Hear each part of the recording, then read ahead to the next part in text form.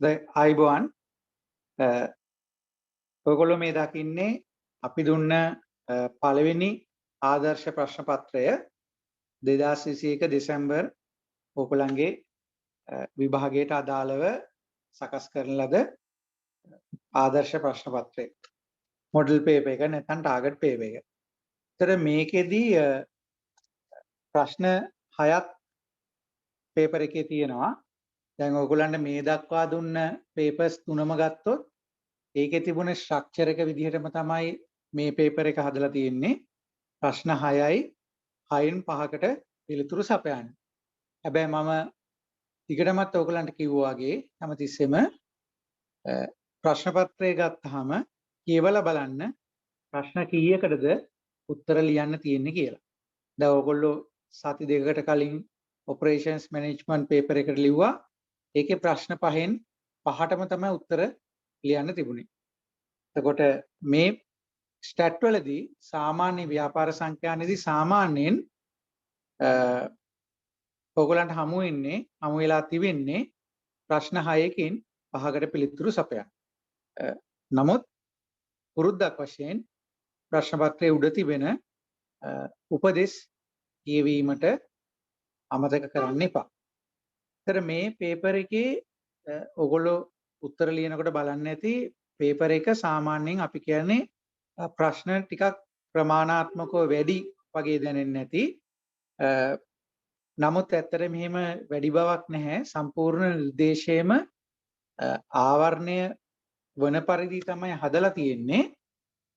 හැබැයි යම්කිසි ප්‍රශ්නවලදී අහන්න පුළුවන් රටාවන් කිහිපයක් තියෙනවා. ඒකට යම්කිසි එක රටාවකට තමයි අපිට මේ මොඩල් පේපර් එක හදන්න පුළුවන්. මම එකෙන් අදහස් කළේ දැන් උදාහරණයක් විදිහට ගත්තොත් මේ තිබෙන ටේබල් එක ගත්තොත් මේ ටේබල් එක දීලා තියෙන්නේ සමුච්චිත සංඛ්‍යාත ව්‍යාප්තියක් විදිහට.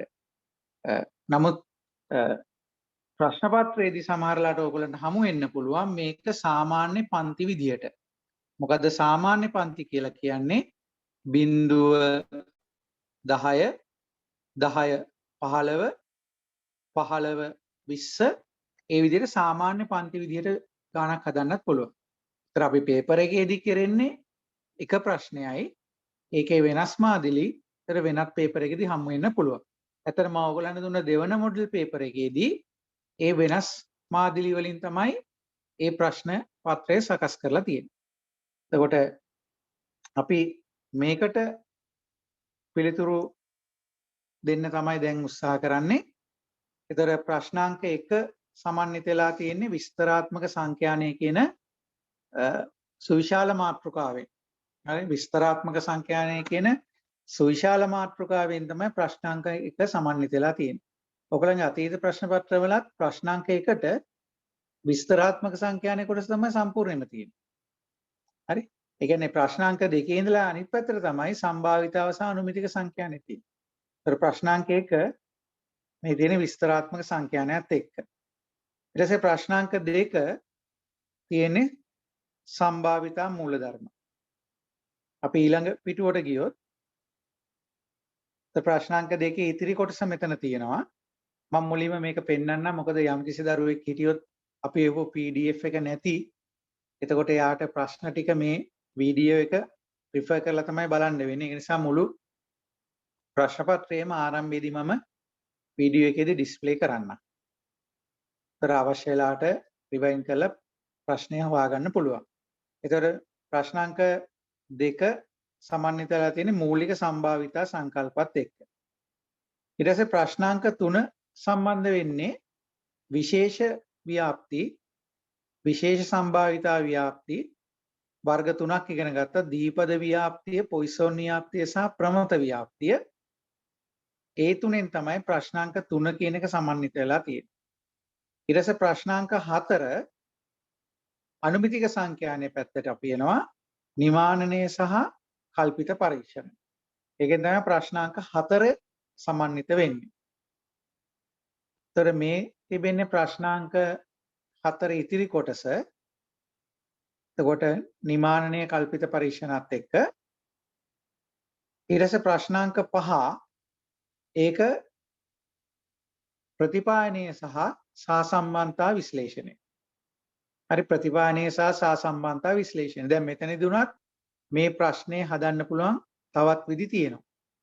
හරි අතීත ප්‍රශ්න පත්‍ර බැලුවාම අපිට පේනවා ඒ අතීත ප්‍රශ්න පත්‍රවල අපිට සමහරලාට මේ ගැටලුව දෙන්නේ පවුල් 10ක් නම් n සමානයි 10 කියන එක පැහැදිලි. x වල එකතුව අපිට ගානේ දෙනවා. y වල එකතුව අපිට ගානේ දෙනවා. x වර්ග වල එකතුව ගානේ දෙනවා. y වර්ග වල එකතුවත් ගැටලුවේදී දෙනවා. xy ගුණිතය එකතුවත් ගැටලුවේදී දෙනවා. එතකොට සියලුම තොරතුරු දීලා තියෙන සියලුම තොරතුරු කියලා අදහස් කරන්නේ දැන් මෙතන ආදායම කියන්නේ x ආහාර වියදම කියලා කියන්නේ y. ඒතර අපිට සිද්ධ වෙනවා මේක ඉදිරියට යන්න මොනවද ඉදිරියට යද්දී අපිට හදා ගන්න ඕනේ x වර්ග තීරුව y වර්ග තීරුව xy ගුණිත තීරුව. ඒතර ඒව එකතුන් නේද මේ පල්ලෙහා තියෙන්නේ. මේ තියෙන්නේ සිග්මා x මේ තියෙන්නේ සිග්මා y මේ තියෙන්නේ සිග්මා x වර්ගය මේ තියෙන සිග්මා y වර්ගය මේක පල්ලෙහාට ගත්තාම ඊට පස්සේ ඊළඟට තියෙන සිග්මා xy. ඒතකොට මේ දේවල් ඔක්කොම දීලා තිබෙන අවස්ථාව තමයි මේ තියෙන්නේ. ඒතර මම මේ ගැටලුවේදී ඇත්තටම කියනවා නම් මුල ඉඳලා පටන් ගන්න ගානක් තමයි මේ දීලා තියෙන්නේ. විභාගෙදී ඔයගොල්ලන් යම් දුරක් ඉස්සරහට අරන් ගිහිල්ලා මේ විදිහට තොරතුරු ටික දීලා එතනින් ඉස්සරහට යන්න කියලා කියන්න පුළුවන්. හරි? එතනින් එහාට යන්න කියලා කියන්න පුළුවන්. ඒ විදිහට ඔයගොල්ලන්ට ඊළඟ ගානක් හමු වෙනවා මම දුන්න දෙවන මොඩල් පේපර් එකේදී. එතන මේකෙදි මේ ප්‍රශ්න අංක 5 regression and correlation ප්‍රතිපායනය සහ සහසම්බන්ධතාව සම්බන්ධයෙන් තියෙන පළවෙනි කොටස. ඊට පස්සේ ඒකේ දෙවෙනි කොටස කියන්නේ ඇත්තටම මේකේ මුලින්ම තියෙන අංක 1 ප්‍රෝමෙලක අංක 1 අංක 2 දැන් අංක 3ට අපි එනවා. ඒක දීලා තියෙන්නේ කයි වර්ග ව්‍යාප්ති සම්බන්ධ ගැටලුවක්. විභාගදී නිසකයෙන්ම අහන ප්‍රශ්නයක් තමයි ප්‍රශ්නයක කොටසක් මුළු සම්පූර්ණ ප්‍රශ්නයක් එන්නේ. ඒක තමයි කයි වර්ග ව්‍යාප්ති. කයි වර්ග ව්‍යාප්ති. ඊට පස්සේ ප්‍රශ්නාංක 6 මම මේකෙදි සම්පූර්ණ කාල ශ්‍රේණි ගානක් තමයි කාල ශ්‍රේණි ගැටලුවක් තමයි ප්‍රශ්නාංක 6ට යොමු කරලා තියෙන්නේ. ඒතර මේ කාල ශ්‍රේණි ගැටලුවෙත් ඔයගලන්ට විවිධ විදිහට ගැටලුව විස්තර වෙන්න පුළුවන්. කාල ශ්‍රේණි ගැටලුවකදී විමසන්නේ පැතිකඩ දෙකයි. උපනතිය t කියන එකත් ආර්තව චලන නැත්නම් ආර්තව දර්ශක ඍතුමය දර්ශක s කියන එකත්. ඒතර t හොයන්න පුළුවන් ක්‍රම තිබෙනවා. නේ? t හොයන්න පුළුවන් ක්‍රම තියෙනවා. පළවෙනි එක තමයි මොකද්ද? පළවෙනි එක තමයි උපනති රේඛාව විදියට. t කියන්නේ උපනති රේඛාව ගන්න පුළුවන්. නේ? t සමානයි a ධන bx. සමහර t නැතුව y කියලා පටන් ගන්නත් පුළුවන්. නේද? අනෙක තමයි චල මාධ්‍යන ක්‍රමය. එතකොට විභාගෙදී ඒක උපනති රේඛා ක්‍රමයේ විදියට එන්නත් පුළුවන්. චල මාධ්‍යන විදියට ලබා ගත්තා කියලා කියන්නත් පුළුවන්. දැන් මෙතන තියෙන උපනති රේඛාවක් මේ තියෙන. උපනති රේඛාව. හරි? ඊට පස්සේ S කියන එක ගත්තාම S කියන ආර්තව දර්ශක සමානලට ආර්තව දර්ශක 4 අපිට දත්ත වශයෙන් සපයනවා. සමානලට ආර්තව දර්ශක හොයාගෙන කරන්න වෙනවා. දැන් මේකෙදි ආර්තව දර්ශක හොයාගෙන තමයි කරන්න තියෙන්නේ. ආයන කොටස දීලා තියෙන ඒ වගේ.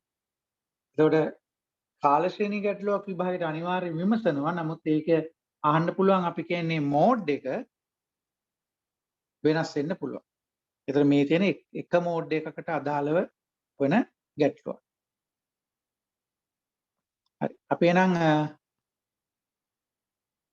ප්‍රශ්න එකේ ඉඳලා අපි පිළිතුරු දෙන්න බලමු. ඒතර මුලින්ම තියෙන නූතන සංවිධානයක් තුළ ව්‍යාපාර සංඛ්‍යානයේ කාර්යභාරය පැහැදිලි කරන්න. හරි. ඒතර OM පේපර් එකේ මුලින්ම තිබුණේ ඕක නේද? සංකාර කළමනාකරණයේ කාර්යභාරය. නූතන සංවිධානයක් තුළ ව්‍යාපාර සංඛ්‍යානයේ කාර්යභාරය පැහැදිලි කරන්න. ඒතර කොහොමද ඒක ලියන්නේ අපි?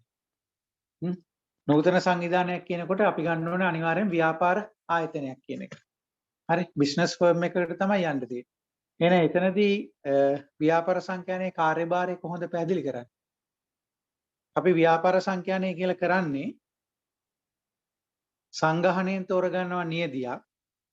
ඒ නියදිය සඳහා මතකනේ අවස්ථා 4ක් තිබුණා. දත්ත රැස් කිරීම, දත්ත සංවිධානය කිරීම, දත්ත සාරාංශ කර ඉදිරිපත් කිරීම සහ දත්ත විශ්ලේෂණය. ඒතර ඒවෙන් අපි ගන්නවා නියදි මිනුමක්. මතකනේ? මේකට තමයි අපි සංඛ්‍යාති කියලා කිව්වේ. ඊට පස්සේ මේ සංඛ්‍යාති පාවිච්චි කරන්න ඕනේ මොකටද? සංගහණයට. ඒතර සංගහන මිනුම පරාමිති කෙනෙක් ගන්නවා. ඕක තමයි අපේ වපසරිය. කාර්යභාරී ස්කෝප් එක වෙන්නේ ඕකයි. එතකොට ඒක නූතන ව්‍යාපාර සංවිධානයකට ගලපන්න ඕනේ. ඒතර කොහොමද අපිට ගලපන්න පුළුවන්? මේ පරාමිති හොයාගත්තාම මොකක්ද ඒකෙන් ලබා දෙන දේ? ඒක තමයි සංගහණය පිළිබඳ අවබෝධයක් ලබා ගන්න පුළුවන්. ඒ අවබෝධය තුලින් පුරෝගතනයන් වලට යන්න පුළුවන්. නේ? පුරෝගතනයන් වලට යන්න පුළුවන්. එහෙනම් කොහොමද මේකට උත්තරය ලියන්නේ? අපිට මෙහෙම ලියන්න පුළුවන්. මම ලියන්නේ නැහැ. මම කියන්නම්. මෙන්න මෙහෙම උත්තරය ලියන්න පුළුවන්. මොකද්ද අපිට පටන් ගන්න පුළුවන් එන්නේ? ප්‍රශ්නෙම පටන් ගන්නවා. සංඛ්‍යානයේහි මූලිකම කාර්යභාරය හෙවත් වපසරිය වනුයේ මෙන්න මේ කොටස. මොකද්ද? සංගහණයෙන් තෝරාගත් නියදියක් සඳහා රැස් කරන ප්‍රමාණාත්මක දත්ත විශ්ලේෂණය කිරීමෙන් මේ තියෙන විශ්ලේෂණ අවස්ථාව. ප්‍රමාණාත්මක දත්ත විශ්ලේෂණය කිරීමෙන් ලැබෙන නියදි සංඛ්‍යාතීන් උපයෝගී කරගනිමින් අදාළ සංගහණය සඳහා වන පරාමිතීන් ඇස්තමේන්තු කිරීමයි.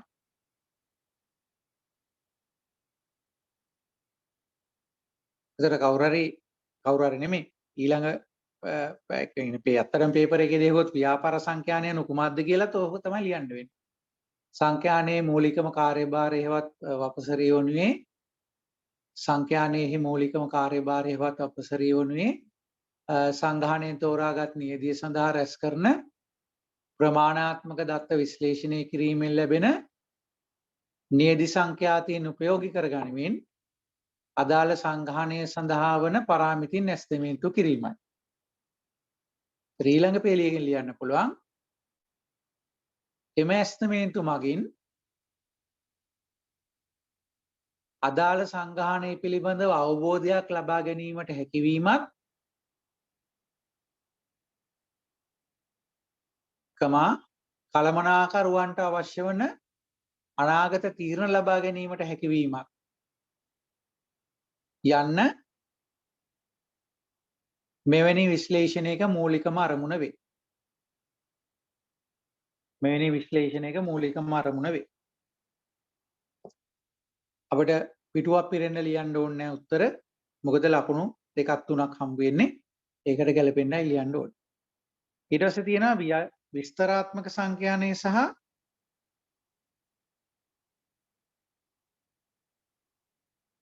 අනුමිතික සංඛ්‍යානය යන්නේ කෙටියෙන් විස්තර කරන්න. අපේ සංඛ්‍යානයේ ප්‍රභේද දෙකනේ. ඒතර විස්තරාත්මක සංඛ්‍යානය කියන්නේ විස්තරාත්මක සංඛ්‍යානය අනුව සංගහණයෙන් තෝරාගත් නියදිය සඳහා සංගහණයෙන් තෝරාගත් නියදිය සඳහා 1 2 3 4 මොකක්ද? දත්ත රැස් කිරීම, දත්ත සංවිධානය කිරීම, තුන්වෙනිව දත්ත සාරාංශ කර ඉදිරිපත් කිරීම, හතරවෙනි එක දත්ත විශ්ලේෂණය. යන පියවර මගින්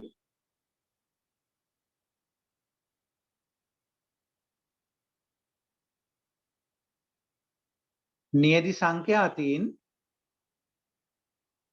ගණනය කිරීමයි. නියදි සංඛ්‍යාතීන් ගණනය කිරීමයි. ඊට පස්සේ යන්න පුළුවන් අනුමිතික සංඛ්‍යානය අනුව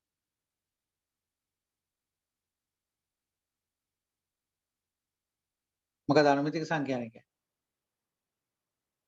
ගණනය කළ නියති සංඛ්‍යාතීන් උපයෝගී කර ගනිමින් කිසියම් විශ්වාසී මට්ටමකින් යුතුව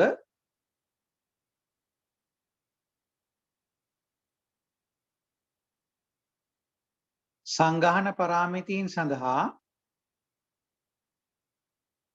අගයන් ඇස්තමේන්තු කිරීමයි. අගයන් ඇස්තමේන්තු කිරීම. ඉතින් ඕනෑම පන්තියකදී ඕනෑම සටහනක ওই දේවල් අඩංගු වෙලා තියෙනවා. ලේසියෙන් උත්තර දෙන්න පුළුවන්. ඊට පස්සේ අංක 3 කිසියම් දිනක රෝහලේ සිටි නේවාසික රෝගීන් 125 දෙනෙක්ගේ වයස සම්බන්ධ වාර්තා පහක් දැක්වේ. වයස අවුරුදු 10ට වඩා අඩු අය ඉන්නවා. 15ට වඩා අඩු අය, 20ට අඩු අය, 25ට අඩු අය, 35ට අඩු අය, 45ට අඩු අය, 55ට අඩු අය, 65ට අඩු අය, 85ට අඩු අය. 85ට වඩා වැඩි අය ඒ වෙලාවේදී රෝහලේ ඉඳලා නැහැ. හරි? ඒතර ඔයගලන්ට පේනවා මේ තියෙන්නේ සමුච්චිත සංඛ්‍යාතය තමයි ලියලා තියෙන්නේ. 10ට අඩු. කියන්නේ බිංදුවේ ඉඳලා 10 දක්වා 10ට අඩු. ඒතර සමුච්චිත සංඛ්‍යාත ව්‍යාප්තියක් තමයි ඇත්තට මේ හදලා තියෙන්නේ. හරි? ඒතර අපිට අහන්නේ මධ්‍යේනය, මධ්‍යස්ථය, මාතය, සම්මත අපගමන. මේ හැම ගණනයකටම අපිට ඕනේ මොකද්ද? සාමාන්‍ය සංඛ්‍යාත ව්‍යාප්ති වගුවක්. නේ? සාමාන්‍ය සංඛ්‍යාත ව්‍යාප්ති වගුවක්. හරි? මෙතන ඉඳලා මෙතනට. මෙතන ඉඳලා මෙතනට. මෙතන ඉඳලා මෙතනට. මෙතන ඉඳලා මෙතනට. මෙතන ඉඳලා මෙතනට. හරි? සංඛ්‍යාතයේ කී දෙනා ගානේ තනි පන්තියට ඉන්නවද කියන්නේ. ඒ නිසා මේකෙන් සිද්ධ වෙනවා ඔයගලන්ට අනිවාර්යයෙන්ම සංඛ්‍යාත ව්‍යාප්ති වගුව හදන්න මේ සමුච්චිත සංඛ්‍යාතයෙන් මිදිලා. එතකොට කොහොමද එහෙනම් අපි පන්ති හදාගන්නේ? බිංදුවේ ඉඳලා බිංදුවේ පටන් ගන්න බිංදුවේ ඉඳලා 10ට. ඊට පස්සේ 10න් පටන් ගන්නවා. 10 ඉඳලා 15ට. ඊට පස්සේ තියෙන ඉලක්කම 20. 15 ඉඳලා 20ට. 20 ඉඳලා 25ට. 5න් 5ට ගිහිල්ලා තියෙන. හැබැයි පටන් අරන් තියෙන 10කින් නේ. බිංදුවේ ඉඳලා 10ට 10යි. ඊට පස්සේ නම් 5න් 5ට. 25න් පස්සේ 35ට. ඔන්න ආයෙ 10ක් වෙන්නා. 35 ඉඳලා 45ට 10යි. ඔන්න ඔය විදිහට පන්ති හදාගන්න වෙයි. හරි? ඔය විදිහට පන්ති හදාගෙන තමයි යන්න ඉන්නේ. හරි. අපි එහෙනම් ඒකට බලමු.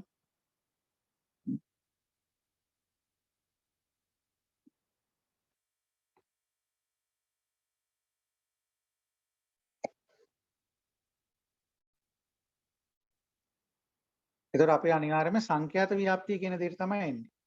එතන මේ තියෙන අංක 3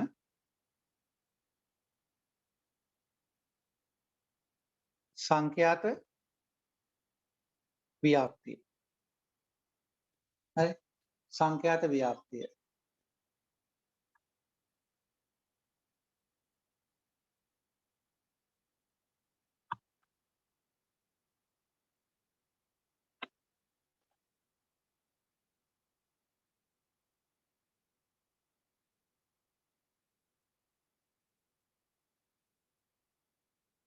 ඕගොල්ලෝ මේවා හදලා ඇති. මම ඉක්මනටම සාරාංශගත කරලා ගන්නම්.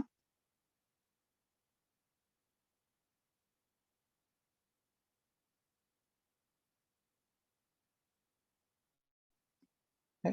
එතන මුලින්ම එන්නේ පන්තිය. ඊට පස්සේ එන්න ඕනේ සංඛ්‍යාතය. එතන මේක පටන් ගන්න 0.10 10 15 15 20 20 25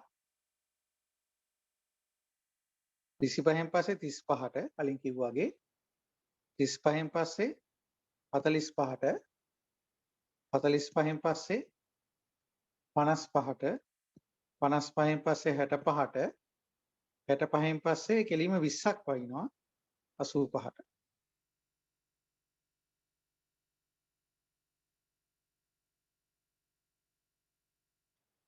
right? ඊට සංඛ්‍යාතය ගන්නෙ කොහොමද? දැන් 10ට අඩු කියලා කියන්නේ 4යි නම් ඒ කියන්නේ 0.10 අතර 4යි කියන එක. ඊට පස්සේ 15ට අඩු 10යි. 15ට අඩු 10යි. 15ට අඩු 10යි කියලා කියන්නේ දැන්ට 4ක් ගිහිල්ලා තියෙන නිසා මෙතනට අයිති වෙන්නේ 6යි. නේ? ඒතර 20ට අඩු 18යි දැනට 6 4 10ක් ගිහිලා තියෙනවා. එහෙනම් ඉතිරි වෙන්නේ 8යි. අන්න ඒ විදිහට මේක හදා ගන්න ඕනේ. එතකොට මේක 12යි, මේක 15යි, මේක 13යි, මේක 20යි, මෙතන 32යි, මෙතන 15යි. එතකොට මේක එකතු කරලත් බලන්න. එතකොට 125 හරියනවා. එතකොට අපේ අයන්න කොටසෙන් අහන්නේ මධ්‍යේනය x bar. x bar කියලා කියන්නේ sigma fx යට sigma f. අපි සංඛ්‍යා ඉගෙනගත පළමුම සූත්‍රය. නේ පළමුම සූත්‍රය. එහෙනම් x හදා ගන්න ඕනේ. x කියන්නේ පන්තියේ මැදාගය. ඒතර 0.10 අතර 5යි. මේක 12.5යි. එහෙම හදා ගන්න ඕනේ. මේක 17.5යි. මේක 22.5යි පන්තියේ මැදාගය. අනිත් පැත්තෙන් තේරුම් ගන්න මේ දීලා තියන්නේ මේ අපි අරගෙන තියන්නේ ඔක්කොම පන්ති මායිම් විදියටනේ. ඒකනේ පුතා මෙතන බලන්න 10න් ඉවරලා 10න් පටන් අරගෙන තියෙනවා. නේද? ඒ කියන්නේ ওই තියෙන ඔක්කොම පන්ති මායිම්. හරි? ඒතර පන්ති මායිම් වල මැදාගේ විදියට ගන්න තියෙන්නේ මේක 30යි, මේක 40යි, මෙතන 50යි, මෙතන 60යි, මේකට 75යි. ඊට පස්සේ fx ගුණිතය ගන්න ඕනේ. මම ඒක වැඩි කරන්නේ නැහැ. මම එකතු විතරක් පල්ලෙහාට දාන්නම්. 5520යි. හරි. එහෙනම් මේක උත්තරේ වෙන්නේ 5520 බෙදීම 125. එතන මධ්‍යනේ එනවා 44.16යි. 44.16. ඒ කියන්නේ වයස අවුරුදු 44.16යි කියන්නේ. හරි. ඊට පස්සේ ඉන්නේ මධ්‍යස්ථයට. මම මේක අයින් කරන්නම්.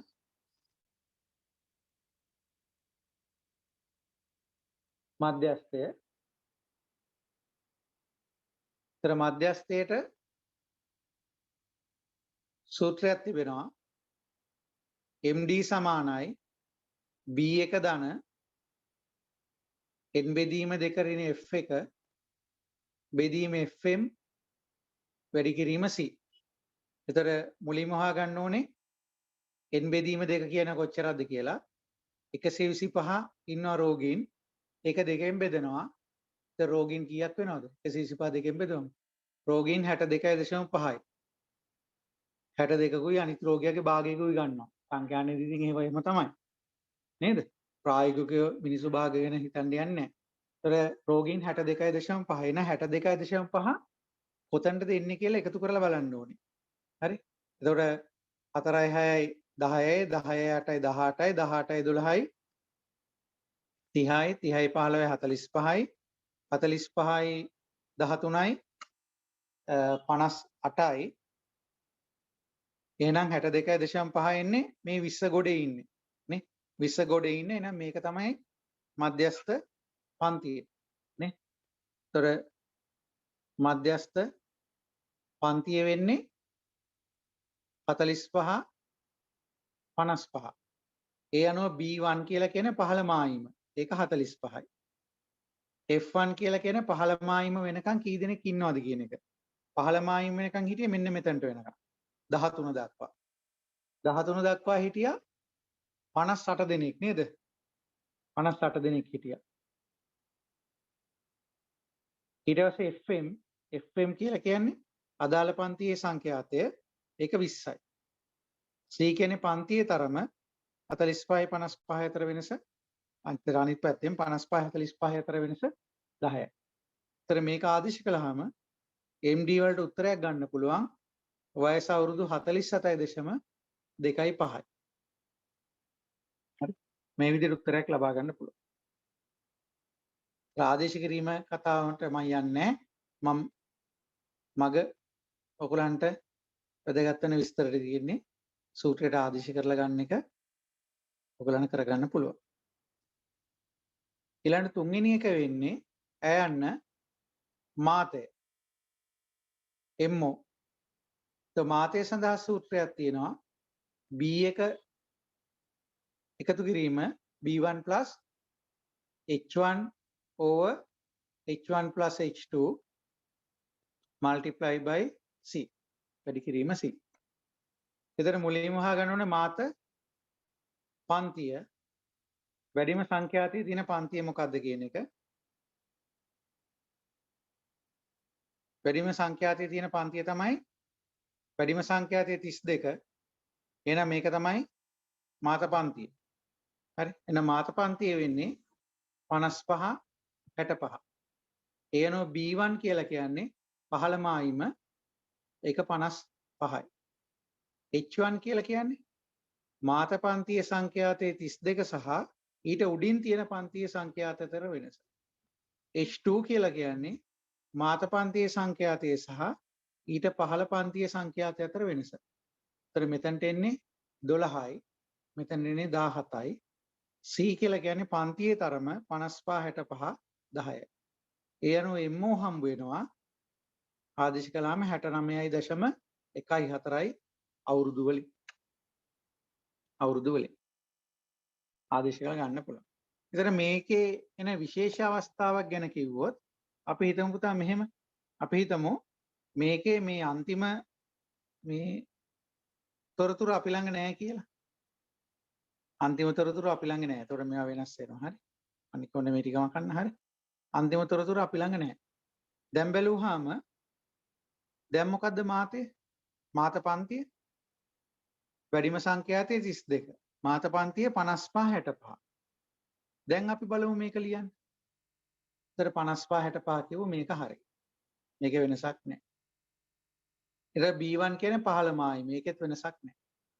H1 කියන්නේ මාත පන්තියේ සංඛ්‍යාතයේ සහ ඊට පෙර පන්තියේ සංඛ්‍යාතය අතර වෙනස.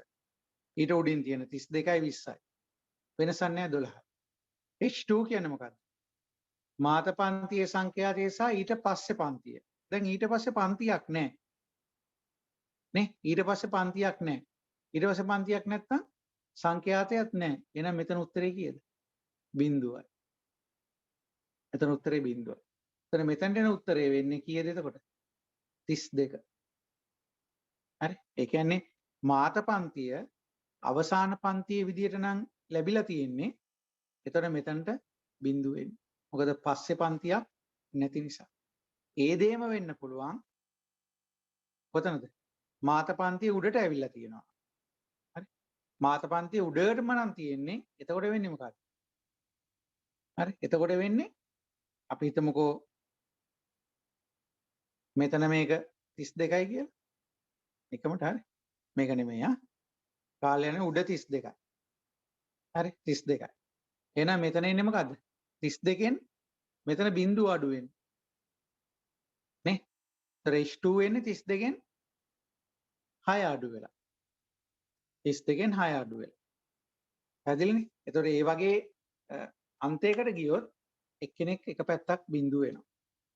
හරි? එක පැත්තක් බිඳුව වෙනවා. පැහැදිලිනේ? ඒ විදිහට තමයි මාතේ කියන එක හොයාගන්නේ. ඊට පස්සේ තියෙන්නේ සම්මත අපගමනය.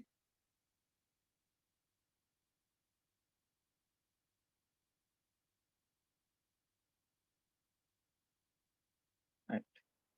දැන් මේක අපේ තත්ති ඉලක්කම් ටික ලියන්න එපානේ. මෙතන තිබුණේ කීයද පුතා? උඩම තිබුණේ 4. මෙතන තව පන්තියක් තිබුණා 65 85. මේක 32යි. මේක 15යි. 125යි. මෙතන 75යි. මෙතන එක්සල් එකතුව කියන එකේ අර්ථයක් නැහැ. ඒක ගැනීමේ අවශ්‍යතාවයක් නැහැ. fx ගුණිතය එකතුව 5520යි. ඊට පස්සේ තියෙනවා හතරවෙනි කොටස ඈ යන්න හරියට ප්‍රශ්න අංක ලියන්න ඕනේ. සිම්පල් s කියන එක. ඒතර සම්මත අපගමනයේ සඳහා තිබෙන සූත්‍රය තමයි වර්ගමූලය ඇතුලේ මොකද සූත්‍රය වෙන්නේ? සිග්මා fx වර්ගයේ බෙදීම සිග්මා f ඍණ x භාවල වර්ගය. හරි x භාවල වර්ගය. ඒතර මෙතන ඕන වෙනවා fx වර්ගවල එකතුවක්. එහෙනම් මෙන්න මෙතන තව තීරුවක් අපිට ඕන වෙනවා fx වර්ගය. x වර්ග කරලා සංඛ්‍යාතයෙන් වැඩි කරලා. ඒතර ඒන උත්තරේ මම මෙතන ලියන්නම්. ඒ ගණනය කිරීම ඔයගොල්ලන්ට කරන්න පුළුවන්. අපි වේලාව ඉතුරු කරගමු. 437.5 2,93,437.5 තමයි fx වර්ගවල එකතුව.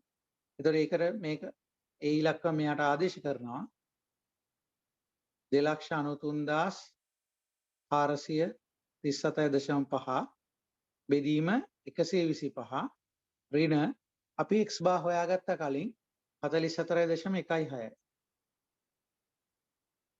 ත්‍රියාගේ වර්ගය අවසානයේ වර්ගමූලය අරගත්තට පස්සේ මේකට උත්තරයක් එනවා 19.9 සමාලට 20 කියලාමත් එන්නත් පුළුවන් දශම ස්ථානයේ හා මෙහා වීම තුල.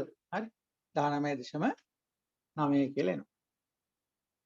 හරි. ඒතර මේ විදිහට තමයි මේකට අපි පිළිතුරු දෙන්නේ.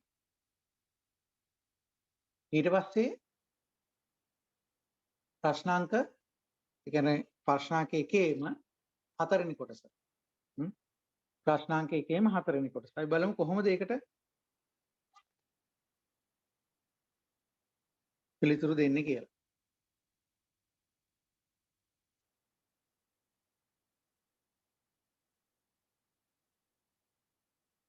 මේ තියෙන ප්‍රශ්නේ.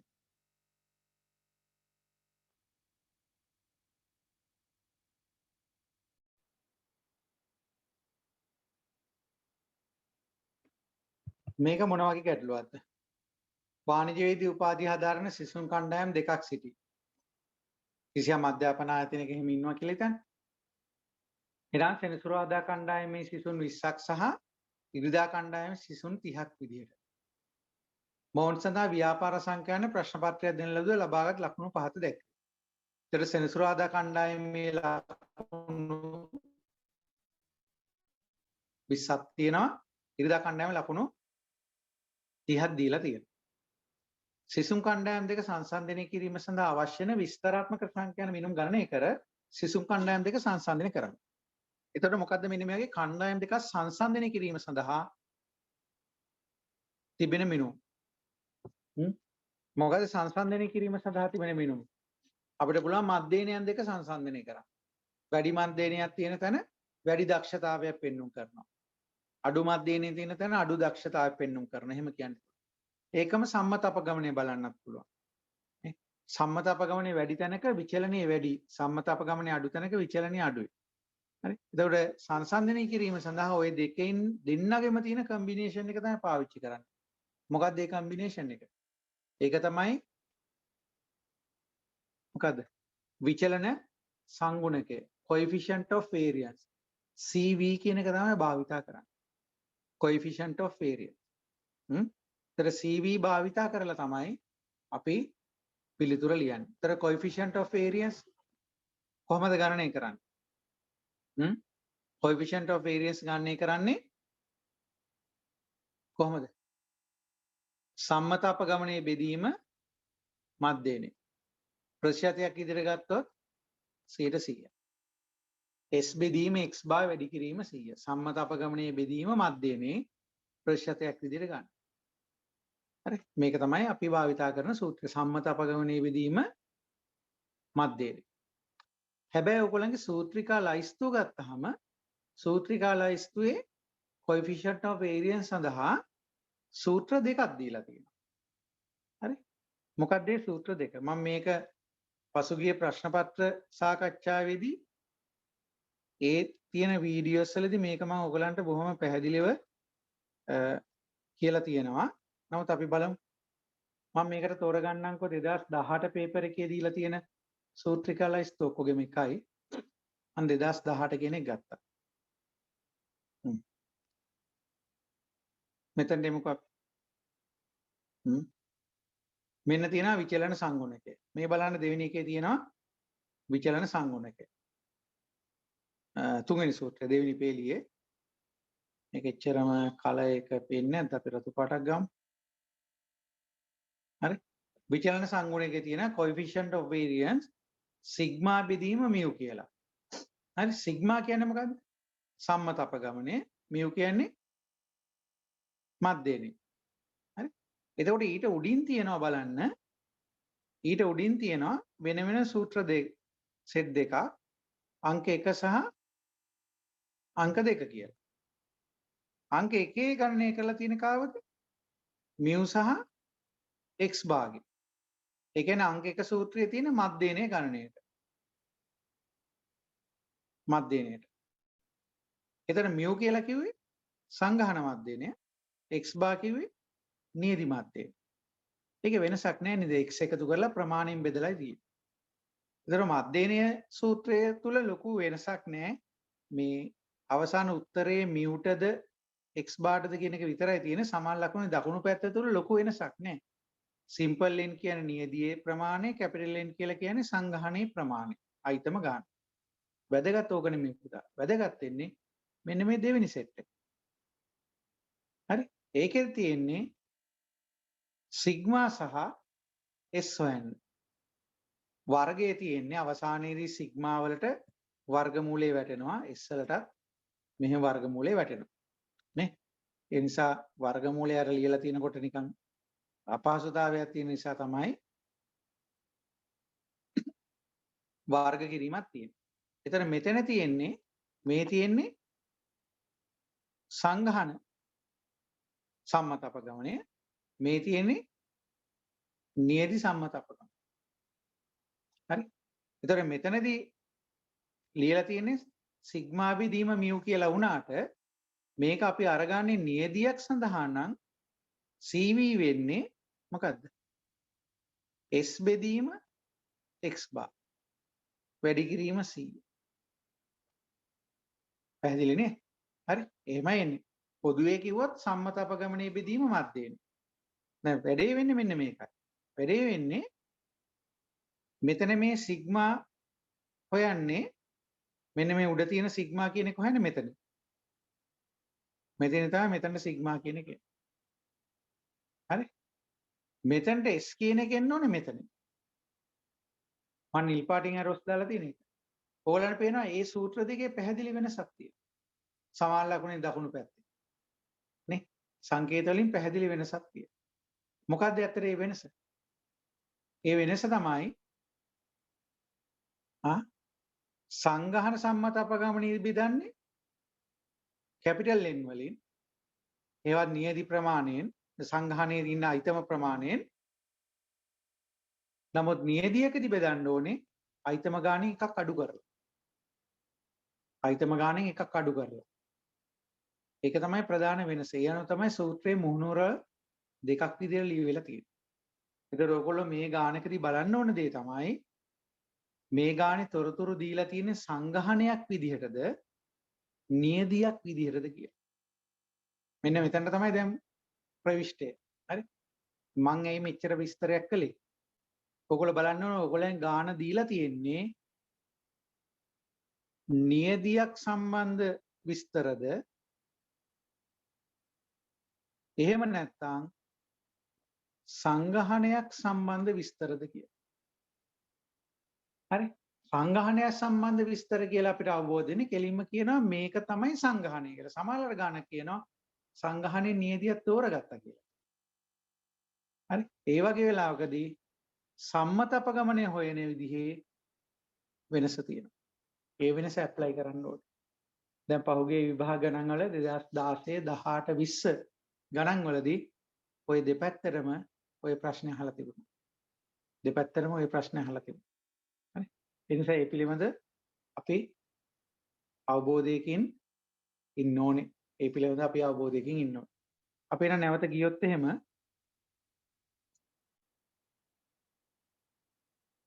දැන් උදේක්ම උත්තර ලියන එක විතරක් නෙමෙයි මේකදී බලාපොරොත්තු වෙන්න ඕනේ. අපිට වෙනස්කම් එන දැන් ඒවා අපි අවබෝධ කරගන්න ඕනේ. හරි? අයියෝ උත්තරේ විතරක් දුන්නොත් අපිට ඇති කියලා කියනවනේ. ඉතින් ඒක තේරුම් නැහැ. විභාගයක් කට ළඟදී උත්තරේ දෙකීමෙන් උත්තරේ ලියා ගැනීමෙන් සතුටු වෙන්න හොඳ නැහැ. විවිධ ක්‍රම දිහා හිතන්න ඕනේ. එතකොට මේ දීලා තියෙන නියදියද සංඝහනයද? අපිට කියන්නේ වාණිජයේදී උපාධිය හදාරන සිසුන් කණ්ඩායම් දෙකක් ඉන්නවා. හරි? එක කණ්ඩායමක සෙනසුරාදා 20යි අනිත් කණ්ඩායම 30යි. ඒ දෙන ඔය තියෙන සංඝහන. කෙනෙක් හිතන්න පුළුවන් උපාධිය හදාරන ළමුන් 50 දෙනෙක් විතරක් කියලා. ඒක වෙනම කතාවක්. මේ තියෙන්නේ අදාළ මේ අධ්‍යාපන ආයතනයේ ඉන්න ළමුන් ටික. ඒතකොට ළමුන් 20න් නියදියක් අරගත්තෙත් නෑ, ළමුන් 30න් නියදියක් ගත්තෙත් නෑ. ඒ නිසා මේ තියෙන සංඝහනෙම තමයි. එහෙනම් මේක සංඝහනයක් විදිහට හිතාගෙන තමයි මේකට පිළිතුරු සකස් කරන්න ඕන වෙන්නේ. සංගහනයක් විදිහට හිතාගෙන තමයි මේකට පිළිතුරු සකස් කරන්න ඕනේ වෙන්නේ. එතකොට අපි සෙනසුරාදා කණ්ඩායමට ඉරිදා කණ්ඩායමට වෙන වෙනම ඒක ගණනය කිරීම කරන්න සිද්ධ වෙනවා.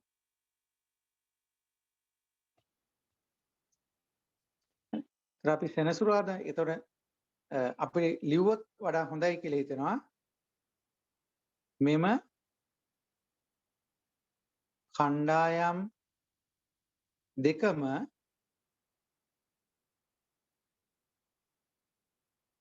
සංගහනයන් වේ.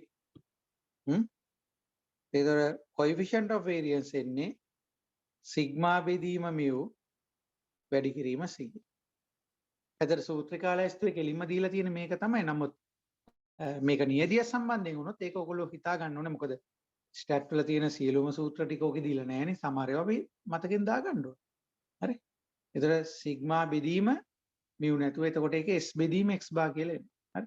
එහෙනම් අපි සෙනසුරාදා කණ්ඩායම වෙනම ගත්තොත්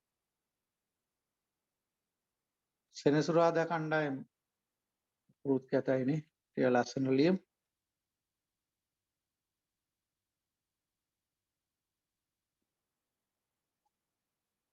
සෙනසුරාදා කණ්ඩායම ගත්තොත් නේ. ඒතර mu කියලා කියන්නේ සිග්මා x බෙදීම කැපිටල් A. ඒතර x කියලා ඉලක්කම් 20ක් තියෙන. ඉලක්කම් 20 එකතු කරන්න 1325යි බෙදුවා 20න් 66.25යි. ඒතර සිග්මා වර්ගය සඳහා සූත්‍රයක් තියෙනවා. කලින් අපි සම්මත අපගෙන ලියපු එකම තමයි නේ. සිග්මා fx වර්ගය f කියන්නේ එකයිනේ දැන් මෙතන. ඒතර සිග්මා x බෙදීම කැපිටල් N ඍණ x බා වර්ගය හෙවත් mu වර්ගය. හරි. ඒතර මේකට ආදිශ කරපුවාම x වල වර්ග කරන්න හැම තනි තනි ඉලක්කම් වර්ග කරන්න ඒව එකතු කරපුවාම 92895ක් කියලා ලැබෙනවා. ඒක 20න් බෙදුවා අඩු කරනවා කලින් හොයාගත්ත 66.25 වර්ගය. එතකොට මේක සුළු කරපුවාම මෙතනින් එන උත්තරය 255.68යි. ඒ නිසා සිග්මා වල උත්තරය වෙන්නේ ඒකේ වර්ගමූලය 15.9. මේ සෙනසුරාදා කණ්ඩායම ඒතර මේ වගේම අපිට ගන්න පුළුවන් ඉරිදා කණ්ඩායමත් ඉරිදා කණ්ඩායමටත් mu තියෙනවා මේ සූත්‍රයමයි. හරි. ඒතර එකතු කරපුවාම 1640යි ඉලක්කම් 30ක් නිසා එකතුවත් වැඩි 30න් බෙදන්නේ 54.67යි. හැබැයි ඇවරේජ් එක අඩු වෙලා තියෙනවා. ඒතර සිග්මා වර්ගයේ උත්තරේ මේ සූත්‍රයමයි. x වර්ගවල එකතුව 1,06,484යි 30න් බෙදන්නේ ඍණ 54.67 වර්ගය. ඒතර මේක උත්තරේ 560.66යි. එනවා සිග්මා වල උත්තරය 23.68යි කියලා එනවා. හරි. ඒතර මෙහෙම දෙපැත්තට ලිව්වහම සංසන්දනාත්මකව පේනවා සෙනසුරාදා කණ්ඩායම ඉරිදා කණ්ඩායමට සාපේක්ෂව දක්ෂයි නේ. ඒ වගේම සෙනසුරාදා කණ්ඩායම ඉරිදා කණ්ඩායමට සාපේක්ෂව අඩු විචලතාවයක් පෙන්වනවා. ඒතර මූලික අන්න එතනදී සැසඳීමක් ලියන්න පුළුවන්. හරි. එහෙනම් පළමු සැසඳීම කියලා ලියන්න පුළුවන්. ඔයගලන්ට ලියන්න පුළුවන් ඒ වචනේ පළමු සැසඳීම ඉරිදා කණ්ඩායමට සාපේක්ෂව සෙනසුරාදා කණ්ඩායම වැඩි මධ්‍යනයක් ලබා ගනී. එසේම ඉරිදා කණ්ඩායමට සාපේක්ෂව සෙනසුරාදා කණ්ඩායම අඩු විචලතාවයක් පෙන්වුම් කරයි. විචලතාවය අඩු වෙන තරමට හොඳයි. වැනෙන්නව හොඳ නෑ වැඩි. වැඩි වැනෙන්න ගියාම අපි කියන්නේ ඇයි වැනෙන්නේ කියලා. වැනෙන්නේ ස්ටෙඩි ඉන්න ඕන. ඉරිදා කණ්ඩායමට සාපේක්ෂව සෙනසුරාදා කණ්ඩායම අඩු විචලතාවයක් ඒ කියන්නේ අපගමනයක් පෙන්වුම් කරයි. ඔය සැසඳීම් අංක 1 නේ. නමුත් මෙතනදී ඇත්තම සැසඳීම වෙන්නේ මෙන්න CVත් එක ගත්තාම ඒ කියන්නේ මොකක්ද? CV ගණනය කරන්න දෙන්නට වෙන වෙනම මේ පැත්තට CV ගණනය කරපුවාම උත්තරේ වෙන්නේ 15.9 බෙදීම 66.25 100 ප්‍රතිශතය. ඒකට උත්තරේ වෙන්නේ 24%යි. මේ පැත්තට CV වෙන්නේ 23.68 බෙදීම 54.67 වැඩි කිරීම 100. ඒකට උත්තරය 43යි. හරි. ඒ අනුව සාපේක්ෂ විචලතාවයත් අඩු වගයක් වෙන්නේ සෙනසුරාදා කණ්ඩායම. නිරපේක්ෂ විචලතාවය කියන්නේ සිග්මා ඒකෙනුත් අඩු සෙනසුරාදා කණ්ඩායම. සාපේක්ෂ විචලතාවෙනුත් අඩු වෙන්නේ සෙනසුරාදා කණ්ඩායම.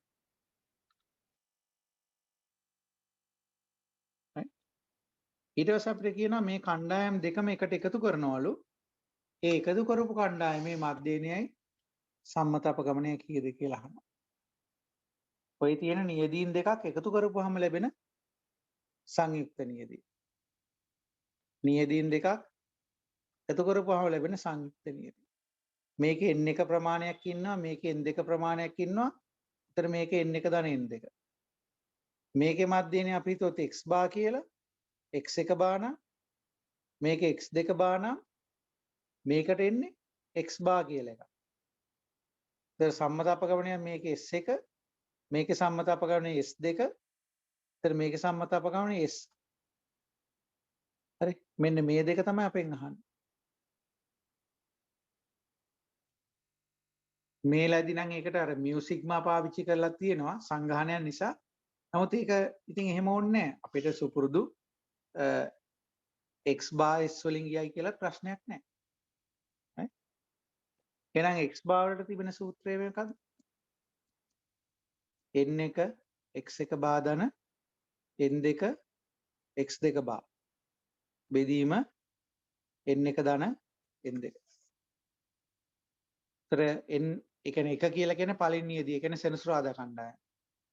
ඒතර 20 වරක් සෙනසුරාදා මධ්‍යනේ කීයද? සෙනසුරාදා මධ්‍යනේ ආවේ 66.25. ධන ඉරිදා ඉන්නවා 30 දෙනෙක්.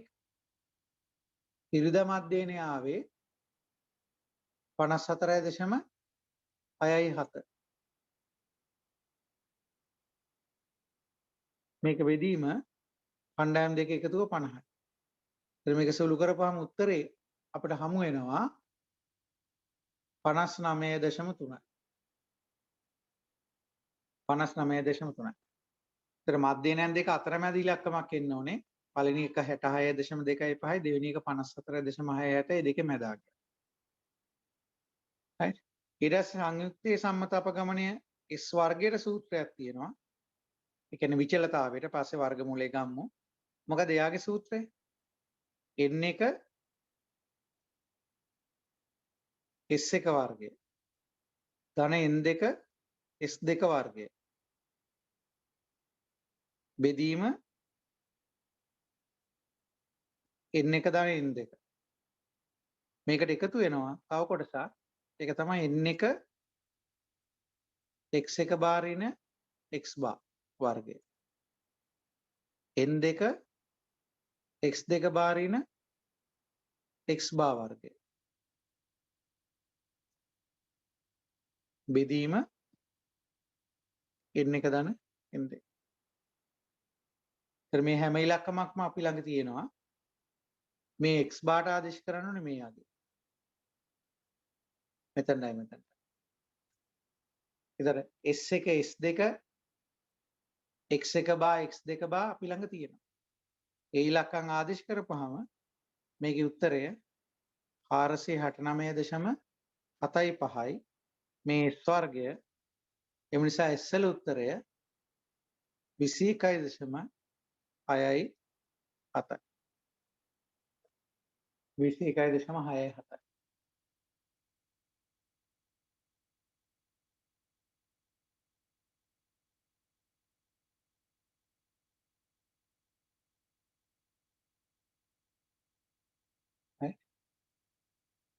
ඊට පස්සේ අපි ප්‍රශ්න අංක 2ට එමු.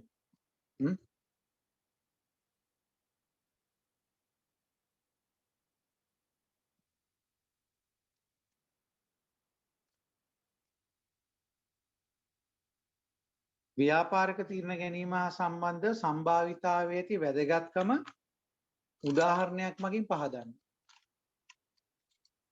සම්භාවිතාවයේ ඇති වැදගත්කම උදාහරණයක් අරගෙන පහදන්න කියලා කියනවා. කොහොමද අපි ඒක කියන්නේ? සම්භාවිතාව කොහොමද අපිට ව්‍යාපාරික තීරණ වලට සම්බන්ධ වුනේ? කොහේද සම්භාවිතාවය ආවේ මතකද?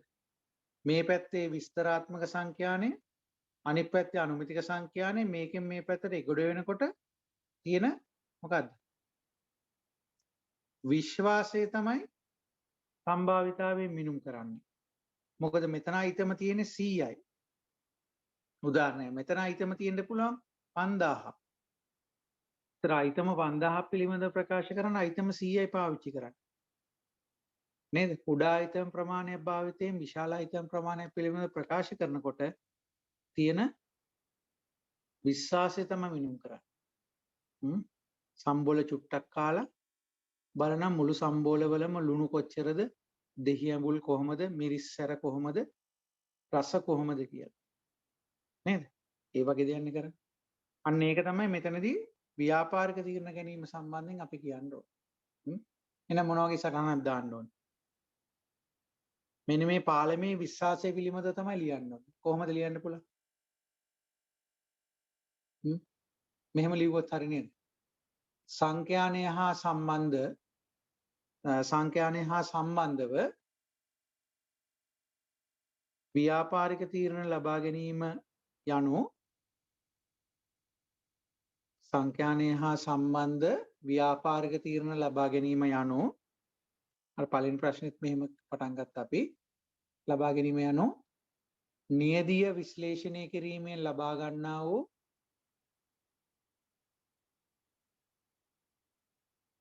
නියදි සංඛ්‍යාතීන් භාවිතා කරමින්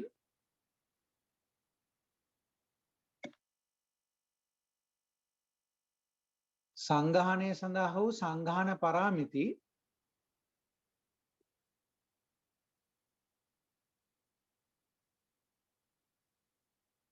ඇස්තමේන්තු කිරීමයි. ඒතර ඇස්තමේන්තු කියන එක අන්ඩර්ලයින් කරලා තිබ්බට කමක් නැහැ. ඇස්තමේන්තු කිරීමයි.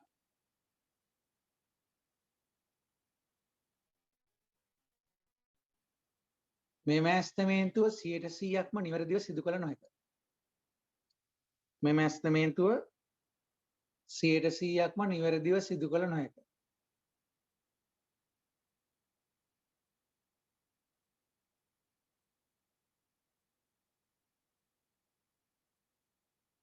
මක් නිසාද යා?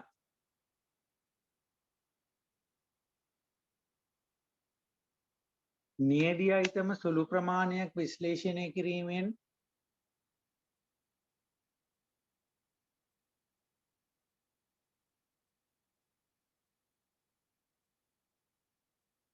නියැදී අයිතම සුළු ප්‍රමාණයක් විශ්ලේෂණය කිරීමෙන් විශාල අයිතම් ප්‍රමාණයක් ඇති සංගහනය සඳහා නිවැරදි ඇස්තමේන්තුවක් ලබා දිය නොහැකි වීමයි. මෙම ඇස්තමේන්තුවේ නිර්වද්‍යතාවය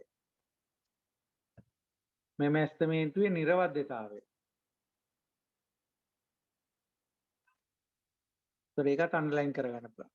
නිර්වද්‍යතාවය ප්‍රමාණාත්මක වෙන මිනුම් කිරීම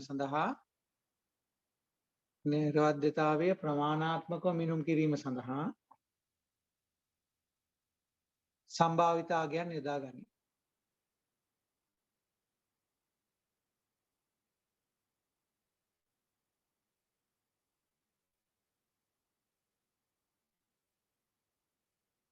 උදාහරණ ලිව්වොත් උදාහරණයක් මගින් නේ උදාහරණයක් අපි ලිව්වොත් මොකක්ද? ටයර් නියදියක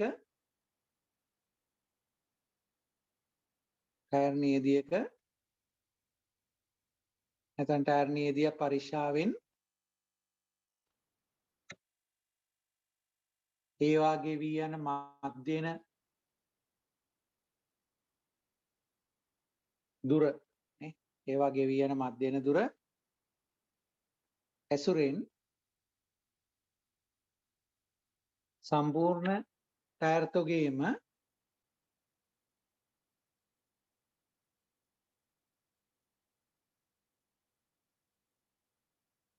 මධ්‍යන දුර ප්‍රමාණය සඳහා 95ක විශ්‍රාම මට්ටමක යුතුව ඇස්තමේන්තුවක් ලබා ගැනීම.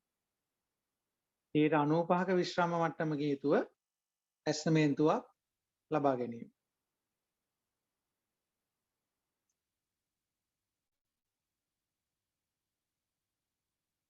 එම උදාහරණයකට යන්න පුළුවන්.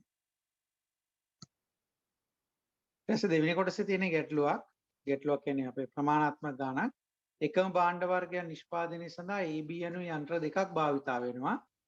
ඒවැය ධාරිතාවය අනුව ලැබෙන ඇණවුම යන්ත්‍ර දෙක අතර 40%ක 60%ක විදිහට බෙදෙනවා. සමාන බෙදීමක් කරන්නේ ධාරිතාවය අනුව තමයි බෙදා වෙන් කරන්නේ. ඊට පස්සේ කියන A හා B යන්ත්‍ර මගින් නිපදවන භාණ්ඩයක් දෝෂ වීමට ඇති හැකියාව දීලා තියෙනවා. ආම්බුලෙන්ස භාණ්ඩයක් තෝරගන්නවා ආදී වශයෙන් තියෙනවා. ඒතර මේ ගාන කියවනකොට අපිට අවබෝධයක් වෙන්න ඕනේ මේ ගාමනේ ගමන් මාර්ගය මොන වගේද කියලා. මොකද මේ ගැටලුවේ ගමන් මාර්ගය වෙන්නේ. රුක් සටහනක් නිර්මාණය කර ගැනීම. රුක් සටහනක් නිර්මාණය කර ගැනීම. කොහොමද අපි රුක් සටහන නිර්මාණය කරගන්නේ? මුලින්ම AB දෙකට වෙන් වෙනවා. ඒ වෙන් වෙන්නේ 40%ක් 60%ක් 0.4 ඊට පස්සේ ඒ අයගේ නිෂ්පාදන දෝෂ සහිත රහිත විදිහට වෙන් වෙනවා. එහෙනම් අපිට පුළුවන් දෝෂ සහිත කියන එකට D කියලා ගන්න. ඩිෆෙක්ට්ස් කියන එක දෝෂ සහිත. D වෙන්න පුළුවන් D dash D වෙන්න පුළුවන් D dash. එතකොට ඒ හදන එක දෝෂ වෙන්නේ 5%යි 0.05 වරද්ද ගන්න එපා ඒවා 0.5 කියලා ලියලා 0.95 මේක 4යි 0.4යි 9යි 6යි අපෙන් අහන්නේ දෝෂ සහිත භාණ්ඩයක් ලැබීමේ සම්භාවිතය. දෝෂ සහිත දේවල් ලැබෙන්න පුළුවන් කොතනින්ද? මෙතනින් එන්න පුළුවන් දෝෂ සහිත එකක්. මෙතනින් එන්න පුළුවන් දෝෂ සහිත එකක්. එතකොට මෙතන ලැබෙන්නේ කීයද? 0.4 වැඩි කිරීම 0.05. මෙතනම ලියා ගන්න එක් කමක් නැහැ. 0.02. මෙතන අත දිගේ આવොත් 0.6 0.04. මේකේ උත්තරය 0.024. හරි. අපේ ආයන කොටසෙන් අහන්නේ දෝෂ වීම ඩිෆෙක්ට් එකක් කෙන එක PD. ඒතර මේ අවස්ථා දෙකේ එකතුව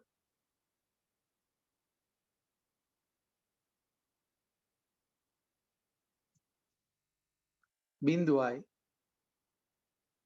44. ආයනෙන් අහන්නේ දෝෂයිත භාණ්ඩයක් කියලා හඳුනගෙන තියෙනවා. එහෙනම් ඒ වල එකක් වීම. ඒතර අසම්භාව්‍ය සම්භාවිතාව ඩිෆෙක්ට් එකක් කියලා හඳුනගෙන තියෙනවා. ඒක ඒ වල එකක් වීම. D උනාට පස්සේ ඒ වීම. මේකේ සූත්‍රය A ඡේදනයේ D බෙදීම P D. A ඡේදනයේ D කියන්නේ AD දෙකම වෙන්න ඕනේ කියන එක. ඒක තමයි උඩ මාත්‍ර. 0.02 මේක 0.04.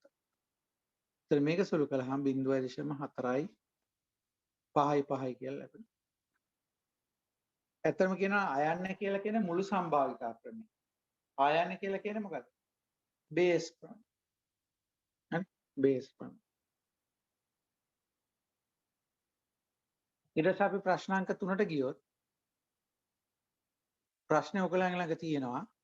නැති දරුවෙක් වුණත් වීඩියෝ එක රිවයින්ඩ් කරලා බලන්න පුළුවන්. ඒ නිසා කාලය ඉතුරු කරගෙන මම ස්ක්‍රීන් එක මාරු කරන්නේ මෙහෙමම යනවා. තුන්වෙනි කොටසේ තියෙනවා හැඩයෙන් සහ ප්‍රමාණයෙන් එක හා සමාන නමුත් වර්ණයෙන් වෙනස් වෙන බෝල 10ක් තියෙනවා. අර ලොතරැයි ක්‍රීඩාවේදී අනුගමනය කරන බෝල වගේ. පාට වෙනස් වෙලා තියෙනවා. පාට වර්ග දෙකක් තියෙන්නේ කහ සහ නිල්. කහ yellow ඒවා තියෙනවා 4ක්. blue තොර 6යි 10යි. බෝල 3ක් ප්‍රතිස්ථාපන සහිතව තෝරගන්නවා. ප්‍රතිස්ථාපන සහිතව. ඒ කියන්නේ නැවත දානවා කියන එක. හරි. ප්‍රතිස්ථාපන සහිතව තමයි තෝරගන්නේ. කියන්නේ නැවත දැමීමක් කරනවා. ප්‍රතිස්ථාපන සහිතව ඒ කියන්නේ ප්‍රතිස්ථාපන කියන වචනේ නොතිබුණා නම් කොහොමද ගන්නෙ ඔයගොල්ලෝ? ඒත් අපි හිතන්නේ මොකද්ද? නැවත ඒකට දානවා කියලා තමයි. ප්‍රතිස්ථාපන රහිතව වෙනවා නම් තමයි විශේෂයෙන් කියන්නේ. හරි. ඒතර මේකට යන්දොත් ඒතර තෝරා ගැනීම අවස්ථා තුනක් අඳිනවා. මෙන්න මුලින්ම තෝරගෙනවා. එතකොට ඒක yellow එකක් වෙන්නත් පුළුවන්, blue එකක් වෙන්නත් පුළුවන්. yellow වෙන්න පුළුවන්, blue වෙන්න පුළුවන්.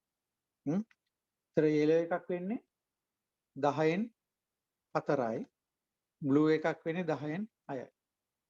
ඊට පස්සේ නැවත මේ තෝරගත්ත බෝලය yellow වුණත් blue වුණත් ඒක ආයේ භාජනයේට පෙට්ටියට දානවා. එතකොට නැවත තෝරන්නේ බෝල 10කින්. ප්‍රතිස්ථාපන නැති වුණා නම් තෝරගන්න ඊට පස්සේ 9කින්. අන්න ඒක එතන වෙනස වෙන්නේ.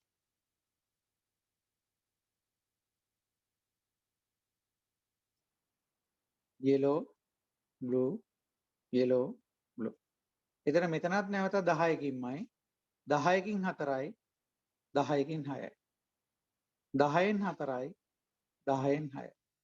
මට කියන්න මේක ප්‍රතිස්ථාපනය නොකළ නම් කොහොමද ගන්නෙ කියලා? එහෙනම් එන්නේ මෙතන 9. 9න් කීයද? 9 දැන් ඇවිල්ලා තියෙන්නේ yellow එකක්නේ. ඒතර yellow 4ක් නෑ. ඉතුරු වෙලා තියෙන්නේ yellow 3යි. මෙතන 9න්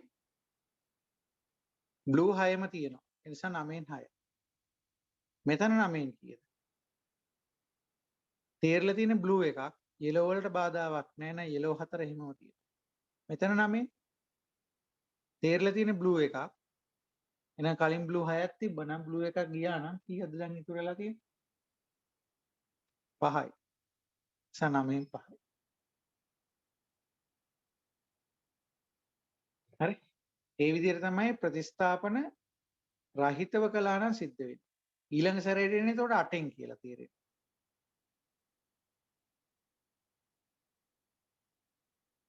හරි. ඒතර නැවත තේරීමක් කරනවා. මම මේ විස්තර කරන නිසා තමයි වෙලා යන්නේ. මමත් විභාගයට වාඩි වෙලා කළා නම් ඊළඟ ප්‍රශ්න වලට ගිහිල්ලා.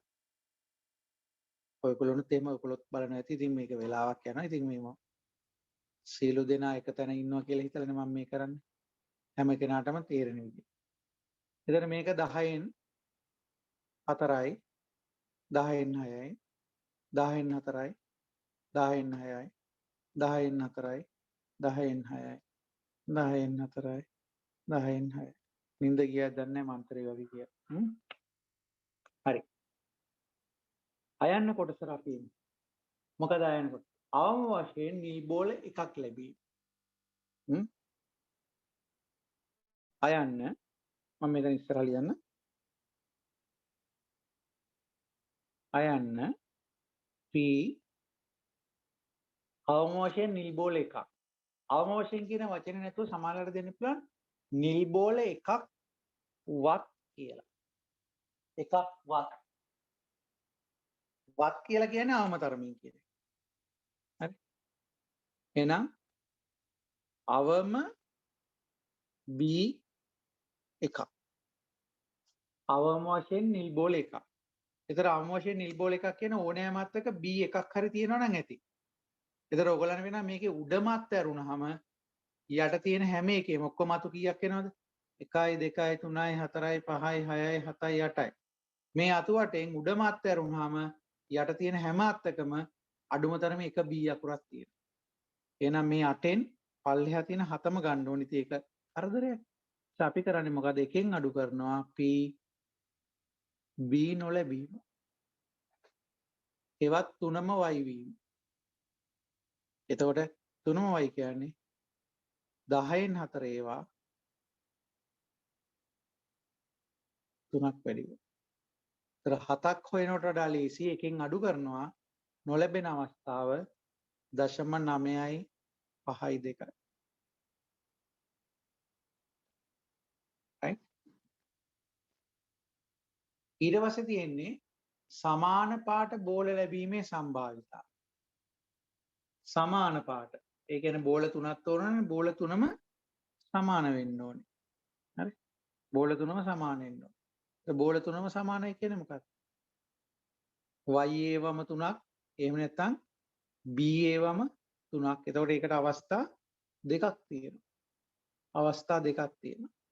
ආයන්න p සමාන පාට. ඒතර සමාන පාට කියලා කියන්නේ y ඒවා 3ක් හෝ b ඒවාම 3ක්. කෙටියෙන් මෙහෙම ලිව්වම ඇති. y ඒවාම 3ක් හෝ b ඒවාම 3ක්. අවස්ථා දෙකක් තියෙනවා. ඒතර y ඒවාම 3ක් කියන්නේ උඩම අත්ත 10න් 4 ඒවා 3ක් ගන්න තියෙනවා. 10න් 4 3 බලය. ඒකට එකතු වෙනවා b ඒවා 3 10න් 6 ඒවා 3. ඒතර මේක සුළු කරපුවා මේකට උත්තරය 0.264.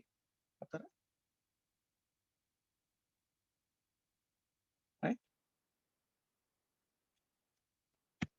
ඊට පස්සේ ප්‍රශ්නාංක 4 සම්භාවිතා ව්‍යාප්තිය සහ සම්භාවිතා ඝනත්ව ශ්‍රිතය අතර වෙනස පැහැදිලි කරන්න. අවස්ථා දෙක පොයින්ට්ස් දෙකකින් ලියමු. මොකද්ද සම්භාවිතා ව්‍යාප්තිය කියලා කියන්නේ? මේ දෙකේ ප්‍රධාන වෙනස්කම තමයි සම්භාවිතා ව්‍යාප්තිය පාවිච්චි කරන්නේ මොන වගේ විචල්යකටද? විවික්ත විචල්යකට. සම්භාවිතා ඝනත්ව ශ්‍රිතයේ තියෙන්නේ සන්තතික විචල්යක. එහෙනම් මෙතන අපිට ලියන්න පුළුවන් සම්භාවිතා ව්‍යාප්තිය යන්න විවික්ත කැපිටල් X විචල්යක් සඳහා භාවිතා වේ. සම්භාවිතා ව්‍යාප්තිය යන්න විවික්ත කැපිටල් X විචල්යක් සඳහා භාවිතා වේ. එවිටය වගුවක ආකාරයකින් නිරූපණය කරයි.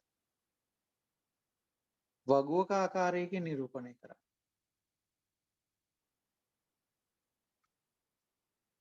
කැපිටල් X සහ x මේ සම්භාවිතා px. මේ ආගයන් අපිට දෙනවා. සම්භාවිතාගෙනුත් අපිට දෙනවා. නිකන් මෙහෙම ලිව්වම ඇති ඉලක්කම් පුරවන්න ඕනේ නැහැ. එතකොට අපිට ඉලක්කම් හිතන්න ලෑස්ති වෙනවා. ඒක නිසා මේ වගේ ලිව්වම ඇති. ඒතර සම්භාවිතා ව්‍යාප්තිය යන විවික්ත x විචල්‍ය සඳහා භාවිතා වේ නැත්නම් විස්තර කරයි. එවිටය වගුවක ආකාරයෙන් නිරූපණය කරයි. මෙන්න වගුව. ඊට සම්භාවිතා ඝනත්ව ශ්‍රිතය.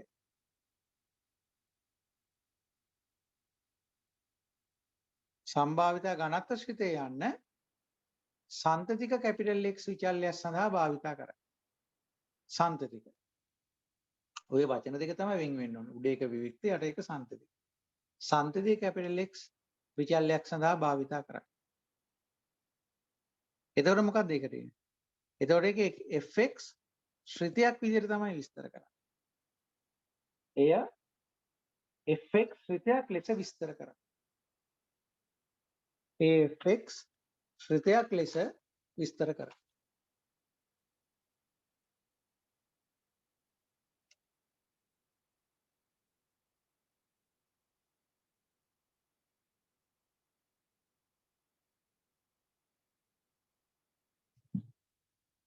right? ඒක තමයි වෙනස්කම වෙන්නේ. ඊට පස්සේ ප්‍රශ්නාංක 5 ඔයගොල්ලෝ රිවයින්ඩ් කරලා බලන්න මුල්ම කොටසේ තියෙනවා වීඩියෝ එකේ. මම කෙලින්ම වගුවට යන්නම්. විවික්ත සම්භාව්‍ය විචල්‍යයක සම්භාවිතා ව්‍යාප්ති වගුවක් ඔයගලන්ට සපයන. හරි? මේ තියෙන විවික්ත එකක. මෙන්න ඔයගලන්ට වගුවක් සපයන.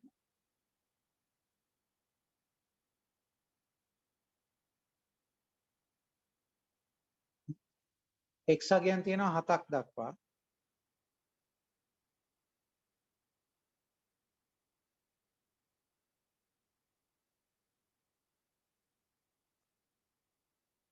x අගය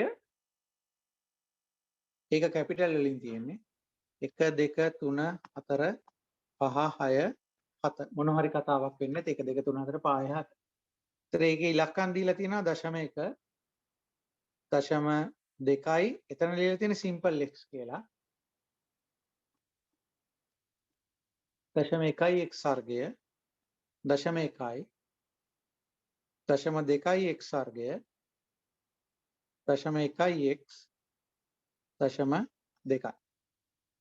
අයන කොටස අපෙන් අහන්නේ x ඉහාගය. බලන්න ඔය x මොන xද? පුංජියට ලියලා තියෙනවා. මම ඔය x පාවිච්චි කළේ ওই දෙක වෙන් කරලා අඳුර ගන්න නිසා. විවික්ත අසම්භාවී විචල්්‍ය තමයි කැපිටල් x කියලා කියන්නේ. ඒ තියෙන්නේ මේ මෙන්න මේ. ඒතකොට එයාගේ සම්භාවිතාව තමයි මේ තියෙන්නේ px. නමුත් සිම්පල් x කියලා කියන්නේ වෙනම ඉලක්කමක්. එයාගේ අගය තමයි අහන්නේ. කොහොමද එයාගේ අගය හොයන්නේ? අපි දන්නවා මේ මුළු සම්භාවිතාවය කීයක් වුණත් කීය වෙන්න ඕනද? එක වෙන්න ඕන. සියලුම සම්භාවිතාවයන්ගේ එකතුව එකක් වෙන්න ඕන. හරි? එහෙනම් ඉලක්කම් 7ක් තියෙනවා සම්භාවිතාවයන් 7ක් දෙවෙනි පේළිය. ඒව එකතුව එකක් වෙන්න ඕන. මොනවද එතකොට නියත ඉලක්කම් තියෙන්නේ? මෙතන තියෙනවා 0.1යි 0.1යි 0.2යි 0.2යි 0.2යි 0.4යි 0.4යි ධන x තියෙන පද ගත්තොත් මෙතන x තියෙනවා මෙතන x තියෙනවා 0.2යි 0.1යි 0.3යි x ඊට x වර්ග පද ගත්තොත් ඒත් 0.3යි x වර්ග සමාන 1යි සමාන 1යි. ඒතකොට x වර්ගයේ මුලින් ලිව්වොත් 0.3යි x වර්ගය ධන 0.3යි x එක මේ පැත්තට ආම ඍණ 1 වෙලා 0.6 සමානයි බිඳුව. ඒතර මේකෙන් අපිට x වලට අගයන් දෙකක් හොයන්න තියෙනවා. එතකොට දශම අයින් කරන්නත් 1 10න් වැඩි කරගත්තා නම් හරිනේ. 3යි x වර්ගය ධන 3යි x ඍණ 6 සමානයි බිඳුව. තුනෙනුත් කැපිලා යනවා.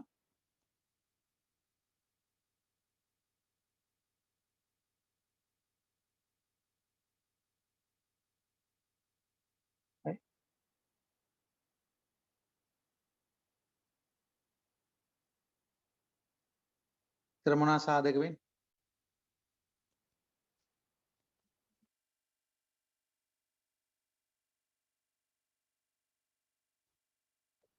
x වර්ගය වෙන්න x වර්ගය දෙක වෙන්න දෙවරක් 1 ධන 1 මැද එන්න නම් ධන 2යි ඍණ 1යි කියලා එනවා. එතකොට වෙනවා මෙයා බිඳුව කළාම x සමානයි ඍණ 2 කියලා එනවා. ඕ මේකෙන් x සමානයි ධන 1 කියලා එනවා. මේක පිළිගන්න බෑ. මෙයා පිළිගන්න පුළුවන්. මොකද x වලට ඍණ උත්තරයක් ආවොත් සම්භාවිතාවයන් ඍණ වෙනවා. ඒ කතිර දාලා තියෙන උඩ නේද? මෙන්න මේ තැන් දෙක. මේ තැන් දෙකේ x අගයන් ඍණ වුණොත් සම්භාවිතාවය ඍණ වෙනවා. ඒ නිසා ඒක අපේ ප්‍රතික්ෂේප වෙන x සමාන 1 විතරයි එන්නේ. හරි? එහෙනම් සිම්පල් x වල අගය ඒක වචන තියෙන්නේ අගයන් නෙමේ අගය උත්තර එකයි. right. ඊට පස්සේ අපිට තියෙනවා x ගේ අපේක්ෂිතතාවය සහ විචලතාවය සොයන්න. x ගේ අපේක්ෂිතතාවය සහ විචලතාවය. ඒ මොන xද? ඔය තියෙන කැපිටල් x. විවික්ත විචල්‍යයේ අපේක්ෂිතතාවය සහ විචලතාවය. සිම්පල් x නෙමෙයි. ආයන්න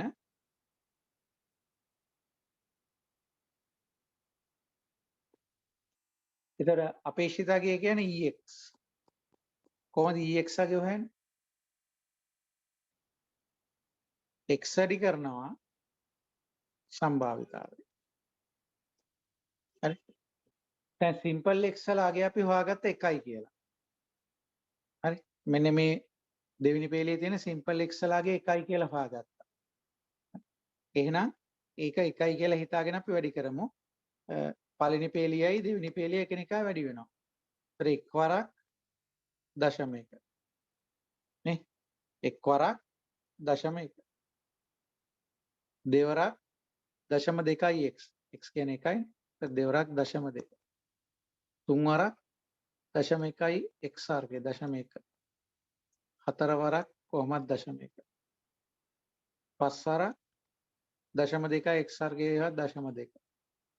හය වරක් දශම 1. හත් වරක් දශම 2.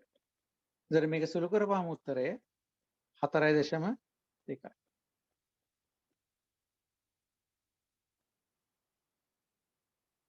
අපේක්ෂිතගේ 4.2. right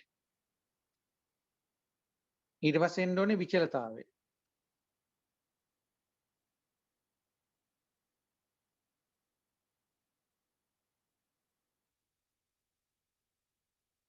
ඊට පස්සේ එන්න ඕනේ විචලතාවය. ආයනටම තමයි තියෙන්නේ විචලතාවය Vx. මොකද පුතා Vx වල සූත්‍රය? Ex වර්ගයේ ඍණ Ex සම්පූර්ණකයේ වර්ගය. විචලතාවයේ සූත්‍රය ඔය තියෙන්නේ. ඒතර x වර්ගයේ අපේක්ෂිතගේ Ex වර්ගය. Ex වර්ගය ගන්නෙ කොහොමද? x වර්ගය වැඩි කරනවා සම්භාවිතාවය.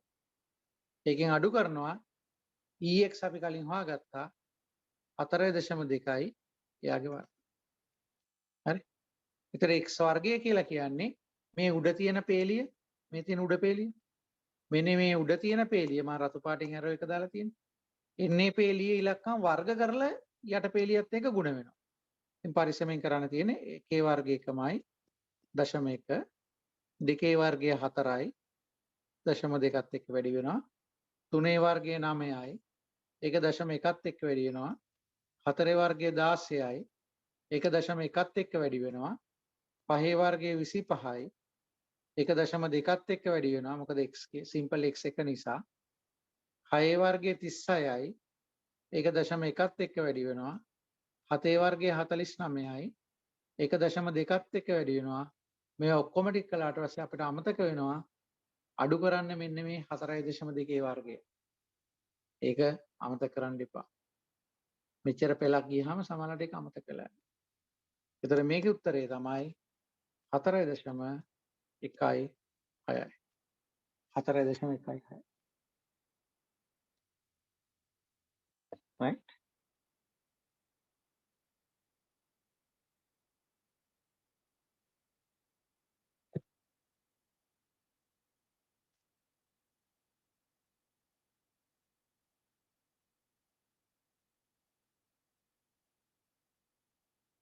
හරි. එහෙමනම් අපි ඔයගලන්ගේ ඊළඟ ගානට අපි ගියොත් අපි ඒකත් මේකම බලමු.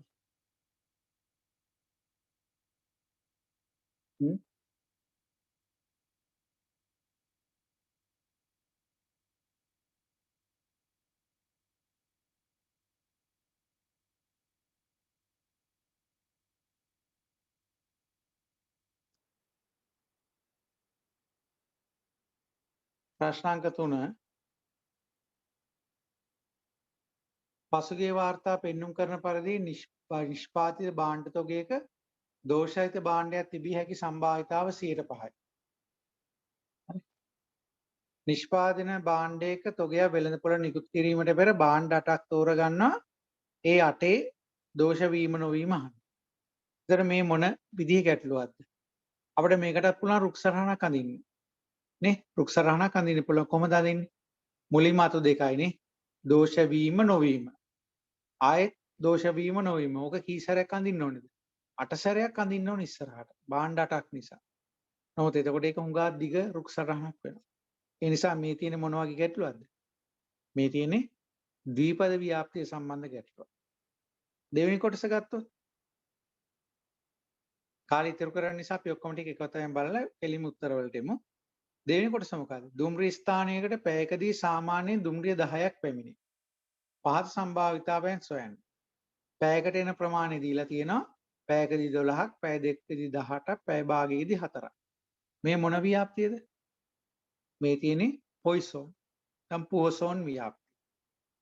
ඊට පස්සේ තුන්වෙනි එකේ තියෙන ප්‍රමත ව්‍යාප්තිය සහ සම්මත ප්‍රමත ව්‍යාප්තිය සසඳන්න සහ ඊට පස්සේ ප්‍රමත ව්‍යාප්තිය සම්බන්ධ ගැටලු.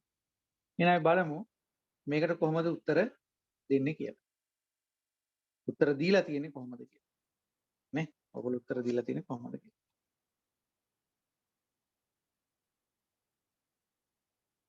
හරි. අතර මේ තියෙන ප්‍රශ්නාංක 3 පළවෙනි කොටස.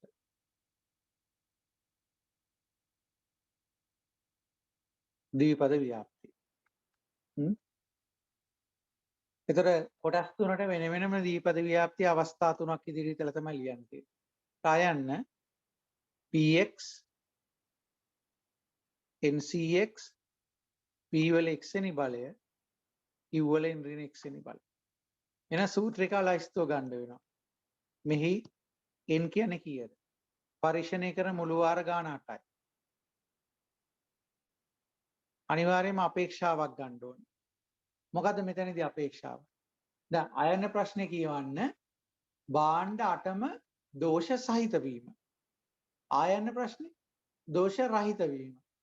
ඇයන්න ප්‍රශ්නේ දෝෂ සහිත වීම. එතකොට ඒ ගානේ කියලා තියෙන එක තමයි අපේ අපේක්ෂාව වෙන්නේ.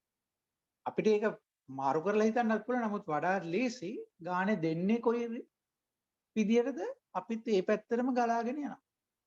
ගඟ ගලන්නේ කොයි පැත්තටද? ඒ පැත්තට අපි උඩුගම් බලා පීනන්නේ නැහැ. පීනලා කරන්නත් පුළුවන්. නමුත් අපි ගලන පැත්තටම යනවා. භාණ්ඩ 8ම දෝෂ සහිත. එහෙනම් මෙතන අපේක්ෂාව දෝෂ සහිත කියන්නේ.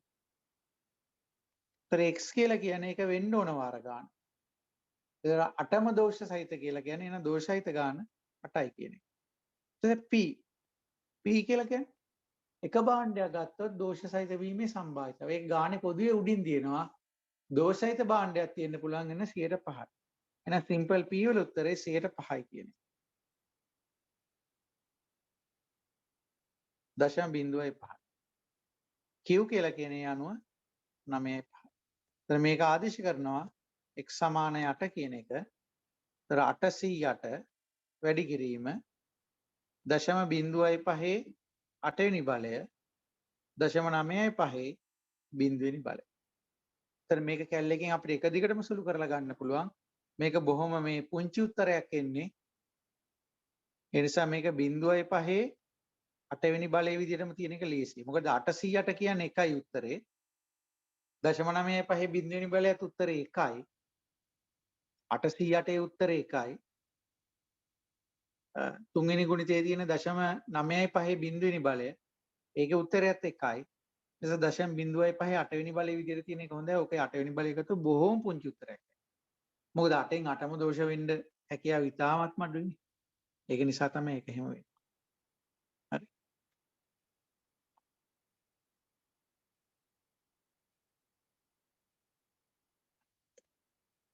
ඒ වගේ ලාක ওই දර්ශකයේ පිටින්ම තියෙන කමක් නැහැ. හරි. ඊට පස්සේ ආයන්න භාණ්ඩ 8ම දෝෂ රහිත වීම. භාණ්ඩ 8ම දෝෂ රහිත වීම. එතකොට n කියන්නේ 8යි. දැන් අපේක්ෂා මොකද්ද? දෝෂ රහිත. දැන් අපේක්ෂා දෝෂ රහිත. එහෙනම් 8ම දෝෂ රහිත වෙන්න ඕනේ. ඒ කියන්නේ 8න් 8යි. p කියන්නේ මොකද්ද? එක භාණ්ඩයක් ගත්තාම අපේක්ෂාව. ඒක 5යි. මේක 95යි. ඉස්සෙල්ලා ලිව්වා වගේ. නමුත් එහෙම කළොත් වැඩේ සම්පූර්ණයෙන් වර්ධිනවා. මොකද උත්තරේ වෙන්න ඕනේ? p කියලා කියන්නේ එක භාණ්ඩයක් ගත්තාම ඒක අපේක්ෂා වීමේ සම්භාවිතාව. දැන් අපේක්ෂා මොකද්ද අපි ලියලා තියෙන්නේ? රහිත කියලා. එහෙනම් සිම්පල් p කියන්නේ රහිත වීමේ සම්භාවිතාවය දෙකට 105 නෙමෙයි ඒක 95යි. මේක තමයි 105. අපේක්ෂා මාරු කළා අපි. හරි? අපේ අපේක්ෂාව මාරු කළා. කලින් අපේක්ෂා නෙමෙයි දැන් අපේක්ෂා. කලින් අපේක්ෂා සහිත දැන් අපේක්ෂා රහිත. හරි. මම පන්තියේදී දිගින් දිගටම ඔයගලන්ට දුන්න උපදේශක් තමයි සමහරලාට ඔයගොල්ලෝ හිතා ගන්නවා ගානේ දෙන ඉලක්කම 105 සදාකාලිකවම සිම්පල් පී කියලා. එහෙම වෙන්නේ නැහැ. 105 සදාකාලිකවම සිම්පල් පී වෙන්නේ නැහැ. 105 කියලා කියන්නේ දෝෂ සහිත කියන එක. ඒතර අපේක්ෂාව සහිත වෙන කාලයක තමයි සිම්පල් පී 105 වෙන්නේ. නැත්නම් අපේක්ෂාව රහිත කියලා ලියන වෙලාවකදී සිම්පල් පී වල උත්තරේ 105 නෙමේ 195. කරන්නේ. ඒතර මේකට ආදේශ කළාම x සමාන 8යි. කලින්නුත් x සමාන 8 ලිව්වේ. හැබැයි එතන x සමාන 8 කිව්වේ ඔක්කොම සහිත. දැන් මේකේ ඔක්කොම රහිත. ඒතර ඒක ආදේශ කරපුවාම 808යි 0.95 8 වෙනි බලය 0.05 8න් 8ක් ගියහම බිඳුවයි. මේක සුළු කරපුවාම නම් උත්තරයක් එනවා පුංචි නොවන උත්තරයක් 6යි 3යි 4යි. කියන 8ම දෝෂ රහිත වෙන්න පුළුවන්. සැලකිය යුතු සම්භාවිතාව. මොකද දෝෂ වෙන්න 105යිනේ තියෙන්නේ. ඒකට 8ම දෝෂ රහිත වෙන්න පුළුවන් 66ක්. 66ක්. ඊට පස්සේ යන්න px ncx p වල x වෙනි බලය q වල ඍණ x බලය n කියන්නේ 8යි. දැන් අපේක්ෂා කවුද කියලා බලන්න. අපේක්ෂා උපරිම වශයෙන් දෝෂහිත 4ක්. උපරිම දෝෂ 4ක්. උපරිම වශයෙන් දෝෂ 4ක්. එහෙනම් උපරිම 4යි නම් 4 ඉඳලා අඩු වෙන්න ඕන. 4 3 2 1 බිංදුව. හරි. ඒකනේ වෙන්න ඕනේ. උපරිම දෝෂ 4යි. එතකොට ඇතරම උපරිම මේක මෙහෙම ලියවන තමයි ලස්සන. මේක අයින් කරමු. හරි. අපේක්ෂාව කියලා කියන්නේ දෝෂ සහිත කියන එක. එහෙමයි ලියන්න ඕනේ. අපේක්ෂාව දෝෂ සහිත. ඒක වෙන්න ඕන වාර ගාන තමයි උපරිම 4. ඒතර 4 3 2 1 බිංදුව. මෙහෙමයි ලියවෙන්නේ. අපේක්ෂාව කියන්නේ සහිත. ඒකේ උපරිමය 4යි. 4 3 2 1 බිංදුව. ඒතර p කියලා කියන්නේ එකක් ගත්තාම දෝෂ සහිත වීම ඔන්න 105 කියන එක හරියට. q 9යි 5යි. ඒතර අපි සූත්‍රය ලියන්න ඕනේ අවස්ථා කීයක්ද? අවස්ථා 1යි 2යි 3යි 4යි 5යි ලියන්න. ඒ අවස්ථා පහක් ලියලා ඒක එකතුව ගන්න. ඒතර මගේ සලකුණු කිව්වා උත්තරේ ගන්න ඕගලන්ට පුළුවන්. දෙවෙනි කොටස දුම්රිය ස්ථානයකට පැයකදී සාමාන්‍යයෙන් දුම්රිය 10ක් පැමිණේ පහත් සම්භාවිතයන් සොයන්න. දැන් මේ තියෙන පොයිසොන් න්‍යාප්තිය කාලරාමුවකට සාපේක්ෂව. පොයිසොන් ව්‍යාප්තිය. කාලරාමුවකට සාපේක්ෂව තමයි පොයිසොන් න්‍යාප්තිය විස්තර වෙන්නේ. මොකද ව්‍යාප්ති සූත්‍රය? px සමානයි e වල ඍණ ලැම්ඩා ලැම්ඩා වල x වෙනි බලය බෙදීම ක්‍රමාරූපිත x. අපි යමු ආයන්න කොටස. පැයකදී දුම්රිය 12ක් පැමිණීම. පැයකදී. පැයකදී. x ලාගේ 12යි. නේ? පැයකදී දුම්රිය 12ක් පැමිණෙනවා. ලැම්ඩා කියලා කියන්නේ ගානේ දුන්නා 10ක් තමයි එන්නේ. නේ? ගානේ ලැම්ඩා 10යි කියලා දීලා තියෙනවා. හරි x කියන්නේ 12යි.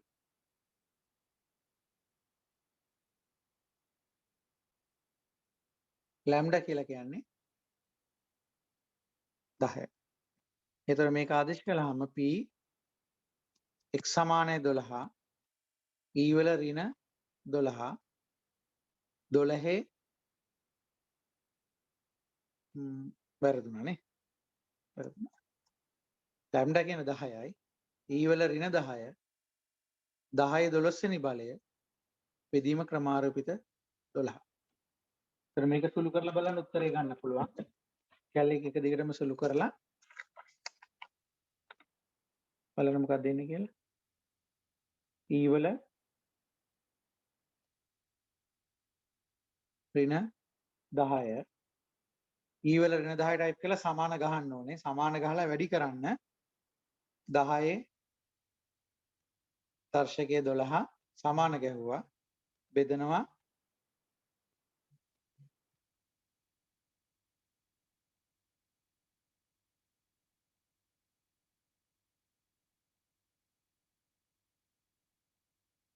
12 ක්‍රමාන්විතයෙන්.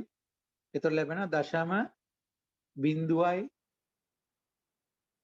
9යි 4යි 7යි.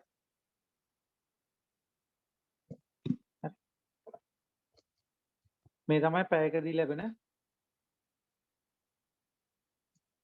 පැයකදී දුම්රිය 12ක් ලැබීමේ සම්භාවිතය. ඊට පස්සේ පැය දෙකකදී 18ක්. පැය දෙකකට ඊට පස්සේ තියෙන්නේ. මේ කලින් තියෙන පැයකට. පැය දෙකකට එක්සලාගේ 18යි. ඒතර ලැම්ඩාගේ වෙන්න ඕනේ කීයද? ලැම්ඩා 10 වැඩි කරන්න ඕනේ දෙකෙන් 20යි. හරි. ඒ කියන්නේ මෙතන වෙලා තියෙන්නේ කාල පරිච්ඡේදය වෙනස් වෙලා තියෙන්නේ. ඒතර පැය දෙකකට තමයි ඔක්කොම කැල්කියුලේට් කරන්න ඕනේ. ඒතර x දීලා තියෙන්නේ 18යි පැය දෙකකට. ඒතර ලැම්ඩා ගුණාකාර කරලා ගන්න ඕනේ. දීලා තියෙන්නේ 10යි. 10 දෙකෙන් වැඩි කරලා 20ක් විදියට ගන්න. හැබැයි මේක අපි මෙහෙම ලිව්වොත් ඒක වැරදි. ලැම්ඩා කියන එක දීලා තියෙනවා 10යි කියලා. කීයකටද? පැයකට. ඒතර පැය දෙකකදී 18ක් එන්න නම් මේක 18 දෙකෙන් බෙදලා 9යි කියලා ලිව්වොත් මේක වැරදි. හරි? මේක වැරදි. ඒ කියන්නේ පැය දෙකකට 18ක් එන එක අපිට හිතන්න බෑ පැයකට 9යි කියලා. එහෙම කියන්න බෑ. හරි? දැන් උදේ ස්ටේෂන් එකට ගියාම 4 විතර වගේ ට්‍රේන් දිගටම එනවා. හැබැයි ඊට පස්සේ ටිකක් වෙලා ගියාම අඩු වෙනවා. කාර්යාලය දුම්රිය ගියාට පස්සේ. නේද? ඒ නිසා පැය දෙකකට 18ක් කියන එක පැයකට 9ක් කියලා හිතන එක වැරදි. හැබැයි ලැම්ඩා ගුණාකාර කරන්න පුළුවන් ඕන විදියට. මේක තමයි නිවැරදි එක. හරි? ඒ නිසා ඔයා පටලවා ගන්න එපා. එහෙනම් මේක ආදේශ කරනවා x සමානයි 18. ඒතර e වල ඍණ 18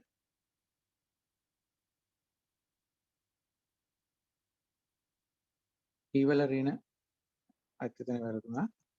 e වල ඍණ 20 වැඩි කිරීම 20 18 බෙදීම ක්‍රමාරූපිත 18.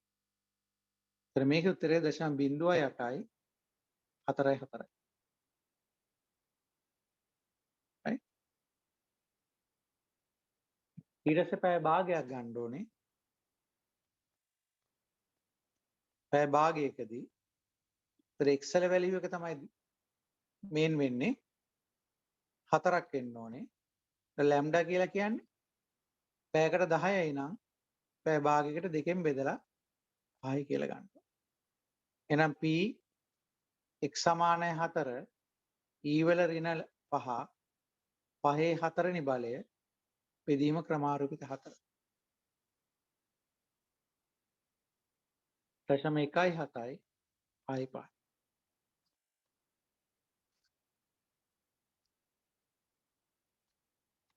right. ඊට පස්සේ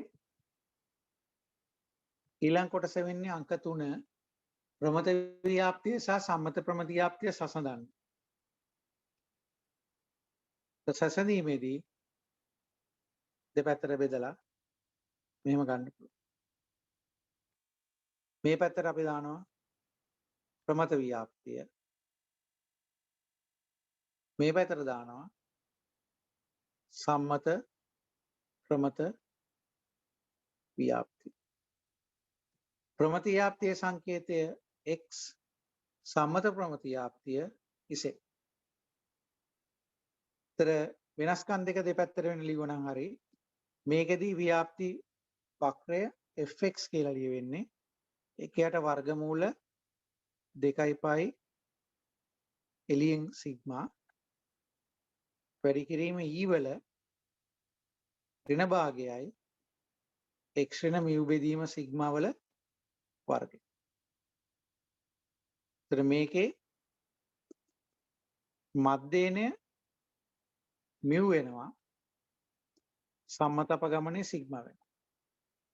ඒතර ඒකට ව්‍යාප්ති වක්‍රය අපි ඇන්දොත් ව්‍යාප්ති වක්‍රය නම් කරන්නේ x අක්ෂය කියලා. මෙතන තමයි mu වෙන්නේ. දැන් සම්මත ප්‍රමතියාප්තියට යනකොට ඒක fx නැතු f z කියලා ලියවෙනවා. එතකොට එන්නේ එකයට වර්ගමූල 2යි පයි පමණයි. e වල ඍණ භාගයයි z වර්ගය. දැන් මේකේ විශේෂත්වය තමයි මොකක්ද? මධ්‍යේනය 1 වෙනවා. සමාන මධ්‍යේනය බිඳුව වෙනවා. සම්මත අපගමනය 1 වෙනවා. කලින් මධ්‍යේනයේ mu සම්මත අපගමනයේ සිග්මා ඒක මෙතනදී මධ්‍යේනයේ බිඳුවයි සම්මත අපගමන 1යි කියලා. ඒ අනුව තමයි fx fz වලට මාරු වෙන්නේ. එතන මෙතනදී ව්‍යාප්ති වක්‍රය ගත්තොත් මේක z මෙහෙම අදිනවා. මැද බිඳුව කියලා දාන්න. එතන මේක තමයි දෙන්නාගේ සංසන්දනය වෙන්නේ. දෙදෙනාගේ සංසන්දනය මේක. right. ඊට පස්සේ ඒකේ යෙදීම් ගැටලුවකට එන්නේ. අපිට කියනවා පරීක්ෂණයක ලකුණු ප්‍රමත ව්‍යාප්ත වී ඇති අතර අයදුම්කරුවන් 200ක් ඒකට පෙනී සිටිනවා. ඒ අයදුම්කරුවන් 200න් 70ක් ලකුණු 60ට වඩා වැඩියෙන් ගන්නවා. අයදුම්කරුවන් 200න් 70ක්. ඒවා 100ට 35ක්.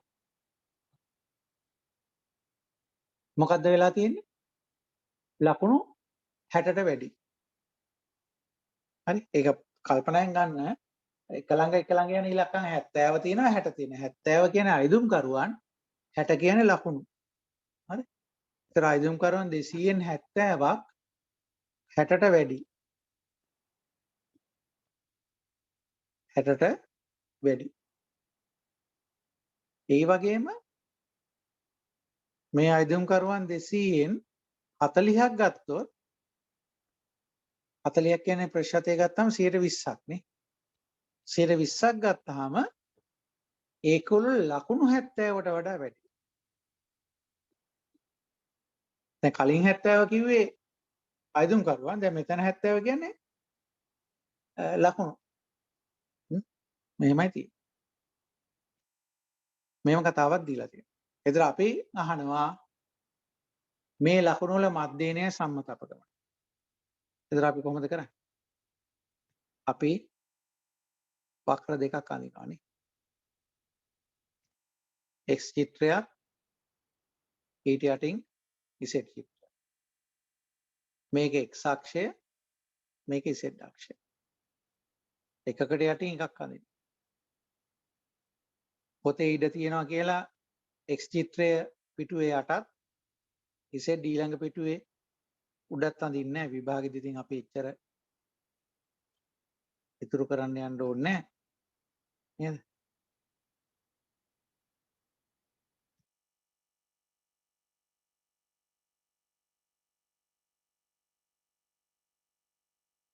right? ඒතර x කියන්නේ සත්‍ය ව්‍යාප්තිය. ඒතර ඒකේ මධ්‍යේනේ කීයද කියලා දන්නේ නැහැ. මෙන්න මෙතන මැද කීයද කියලා දන්නේ නැහැ. ඒක ඇත්තට අහන ප්‍රශ්නයක්. ඒකට mu කියලා දාන්න ඕනේ. not මේකේ මැද පල්ලෙහා බිඳුවක්. ඉසෙද්ද. දැන් ඔක්කොම තොරතුරු ලකුණු කරන්නේ x චිත්‍රය ඇතුලේ. මොකද කියන්නේ? 135ක් ලකුණු 60ට වඩා වැඩි. දැන් මැද ඉලක්කම කීයද කියලා දන්නවනම් මේ mu වලගේ කීයද කියලා දන්නවනම් මෙන්න මේ ලකුණු කරලා තියෙන මෙන්න මේ 60 කියන එකයි 70 කියන එකයි මේ ස්කේල් එකේ දාගන්න පුළුවන්. මේ ස්කේල් එකේ x කියන්නේ මොනවද? ලකුණු කියන එකනේ. ලකුණු. හරි? 60යි 70යි මේ ස්කේල් එකේ ලකුණු කරන්න ඕනේ. නමුත් ඒක කියන්න මිව් වලගේ අපි දන්නේ මිව් වගේ දන්නවනම් මිව් උදාහරණයක් විදිහට නම් මිව් කියන්නේ 55යි කියලා. එහෙනම් 60ත් මේ පැත්තේ අනිවාර්යෙන් විතර 70ත් මේ පැත්තේ. නේ? අපි හිතමු මිව් කියලා කියන්නේ 65යි කියලා හිතමුකෝ. එහෙනම් 60 තියෙන්නේ මේ පැත්තේ 70 තියෙන්නේ මේ පැත්තේ. නේ? නමුත් එහෙම කියන්න අපි මිව් දන්නේ මිව් හොයන්න කියන්නේ. එහෙනම් කොහොමද අපි මේක ලකුණු කරන්නේ? අපිට කියනවා 35 ඉන්නේ 60ට වඩා වැඩි. එතකොට අපි 60 කියන ඉලක්කම මෙතන පිහිටෙව්වොත් 60 මෙතන පිහිටෙව්වොත් 60ට වඩා වැඩි කියන්නේ මෙන්න මේ වර්ගඵලය. එතන මේ වර්ගඵලයේ 35ක් වෙන්න පුළුවන්ද? බෑනේ. මොකද මේ අර්ධයක්ම 50ක් වෙච්ච කොට නේ? එහෙම වෙන්න බෑ. එහෙනම් ඒකෙන් කියවෙන්නේ මොකද්ද? ඒකෙන් කියවෙන්නේ මේ 60 කියන එක මියුට වම් පැත්තෙන් තියෙන එකක් නෙමේ 60 කියන එක මියුට දකුණු පැත්තෙන් තියෙන එකක් කියන්නේ. හරි? මෙන්න මේ වර්ගඵලය කීයද? ඒක තමයි 135ක් කියන්නේ. එතන මේ වර්ගඵලය 135ක් වෙන්න පුළුවන්. එන 3500.1 ගත්තොත්. හරි. ඒතර 70 කියන එක කොහොමත් ඒකෙන් දකුණු පැත්තනේ. ඒකේ කතාවක් නෑ එතකොට නේ. හරි. ඒකෙන් කතාවක් නෑ. ඒතර 70 අනිවාර්යෙන් මේ වගේ තමයි. ඒතර 70ට වඩා වැඩි කියන කට්ටිය මේ ඉන්නේ. 70ට වඩා වැඩි කියන කට්ටිය අනිවාර්යෙන් 135ට වඩා අඩු වෙන්න ඕනේ. ඒක ඊට වඩා වැඩි වුණොත් එහේ මාර ප්‍රශ්නයක් නේ. ලකුණු 70ට වඩා ඒ කියන්නේ ලකුණු 60ට වඩා වැඩියෙන් අරන් තියෙන අයට වඩා වැඩිපුර ඉන්නවා 70ට වඩා ගත්ත අය. එහෙම වෙන්න බෑනේ නේද? එහෙම වෙන්න බෑ. ඒත් මේක 120යි. ඒ කියන්නේ 2000යි. දැන් ඔයගොල්ලෝ මොකද කරන්න ඕනේ? ව්‍යාප්ති වක්‍රයට ගිහිල්ලා නේ ව්‍යාප්ති වක්‍රයට ගිහිල්ලා හොයාගන්න ඕනේ මෙන්න මේ තැන් වලට ගැලපෙන Z අගේ මොන වගේද කියලා. කොහොමද ඒක හොයාගන්නේ? ඒක හොයාගන්න ඉතින් වර්ගඵලයේ සම්බන්ධ උපක්‍රම පාවිච්චි කරන්න ඕනේ. ඒතර මේ කළු පාට වර්ගඵලයේ 3500 නම් මෙන්න මේ වර්ගඵලය අපි දන්නවානේ. මේ වර්ගඵලය කීයද එතකොට? 1500. අපිට ව්‍යාප්ති වක්‍රය දෙන්නේ ඔය මැදත් එක්ක බද්ධ වෙච්ච වර්ගඵලයනේ. එහෙනම් වගුවෙන් කියවන්න ඕනේ 1500. වගුවෙන් 1500 කියවුවහම මෙතන ඉලක්කම 0.385 කියලා හම්බ වෙනවා. හරි? 3.85 කියලා හම්බ වෙනවා. ඊට පස්සේ කියවන්න ඕනේ මෙන්න මේ වර්ගඵලය. කොච්චරද ඒ ප්‍රමාණය? ඒ ප්‍රමාණය වෙන්නේ කොච්චරද? මේ දකුණුම නිල් පාට වලිගේ 2000යි. එහෙනම් මේ ටික 3000ක් වෙන්න ඕනේ. වලිගේ 2000 නම් මෙන්න මේ කොටස 3000ක් වෙන්න ඕන.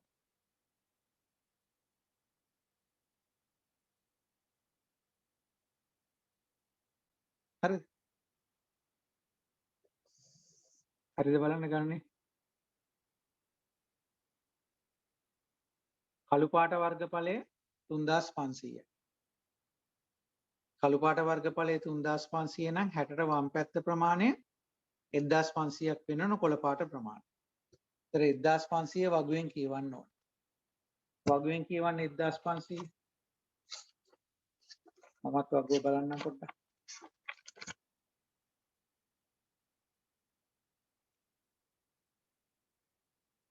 ඒතර හරියට 1500 නැහැ. තියෙන්නේ අඩුවෙන් 1480යි වැඩියෙන් 1517යි. ඒතර හරි මැද කියලා ගන්න පුළුවන් 3යි 8යි 5යි කියලා වෙහෙම. මෙන්න මෙතන තියෙන ඉලක්කම. හරි? ඊට පස්සේ මෙතන තියෙන ඉලක්කමට එන්න ඕන. ඒතර ඒක ගන්න නම් අර නිල් පාටේ ලකුණු කරලා තියෙන 70 කියන අගයට. ඒතර 70ට දකුණු පැත්තෙන් තියෙන්නේ 2000. නෑ 70ට වම් පැත්තෙන් 3000ක් කියලා එන්න ඕන. එහෙනම් 3000 කියවන්න ඕනේ. 3000 කියවුවාම 3000 හරියටම නැහැ 2995ක් අඩුවෙන් සහ 3023ක් වැඩියෙන්. එතකොට 5ක් අඩුයි 23ක් වැඩි කියනවනේ මැද ඉන්න එක අසාධාරණනේ. අඩු පැත්තට යමු. එතකොට 0.84යි. 0.84යි. මේ ඉලක්කම 0.84. හරි. මේ ඉලක්කම 0.84යි. එහෙනම් ඊට පස්සේ අපි ලියනවා පරිණාමන සූත්‍රය. පරිණාමන සූත්‍රය. මොකක්ද ඒක? Z සමානයි x ශ්‍රණ mu බෙදීම සිග්මා. ඒක අවස්ථා දෙකකට ලියන්න පුළුවන්.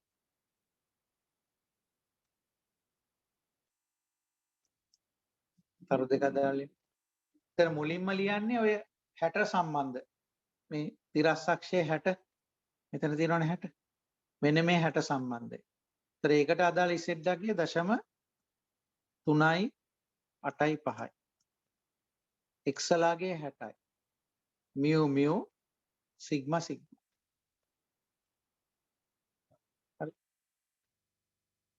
ඉතින් මෙතන එක සමීකරණයක් එනවා 0.385යි sigma සමාන 60 ඍණ mu.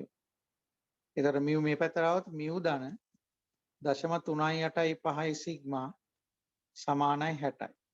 මේ අංක එක සමීකරණය. ඔය අංක එක සමීකරණය. දැන් මේ උඩ කට්ටිය ඕනේ නැහැ වගේ මට පේනවා. මම ඒ නිසා ඒගොල්ලන් අයින් කරන්න. මම මේ ස්ක්‍රීන් එකේම ඉතුරු ටිකත් කරන්න. හැබැයි තැන් වල යන්නේ කමක් නැහැ කරන්න ගන්න එපා. ඊට පස්සේ දෙවෙනි එක මෙතනට මම ගන්නවා. ඒතර ලකුණු 70ට අදාළව කට්ටිය. ඒතර ඒකට අදාළ Z ගේ 0.84යි.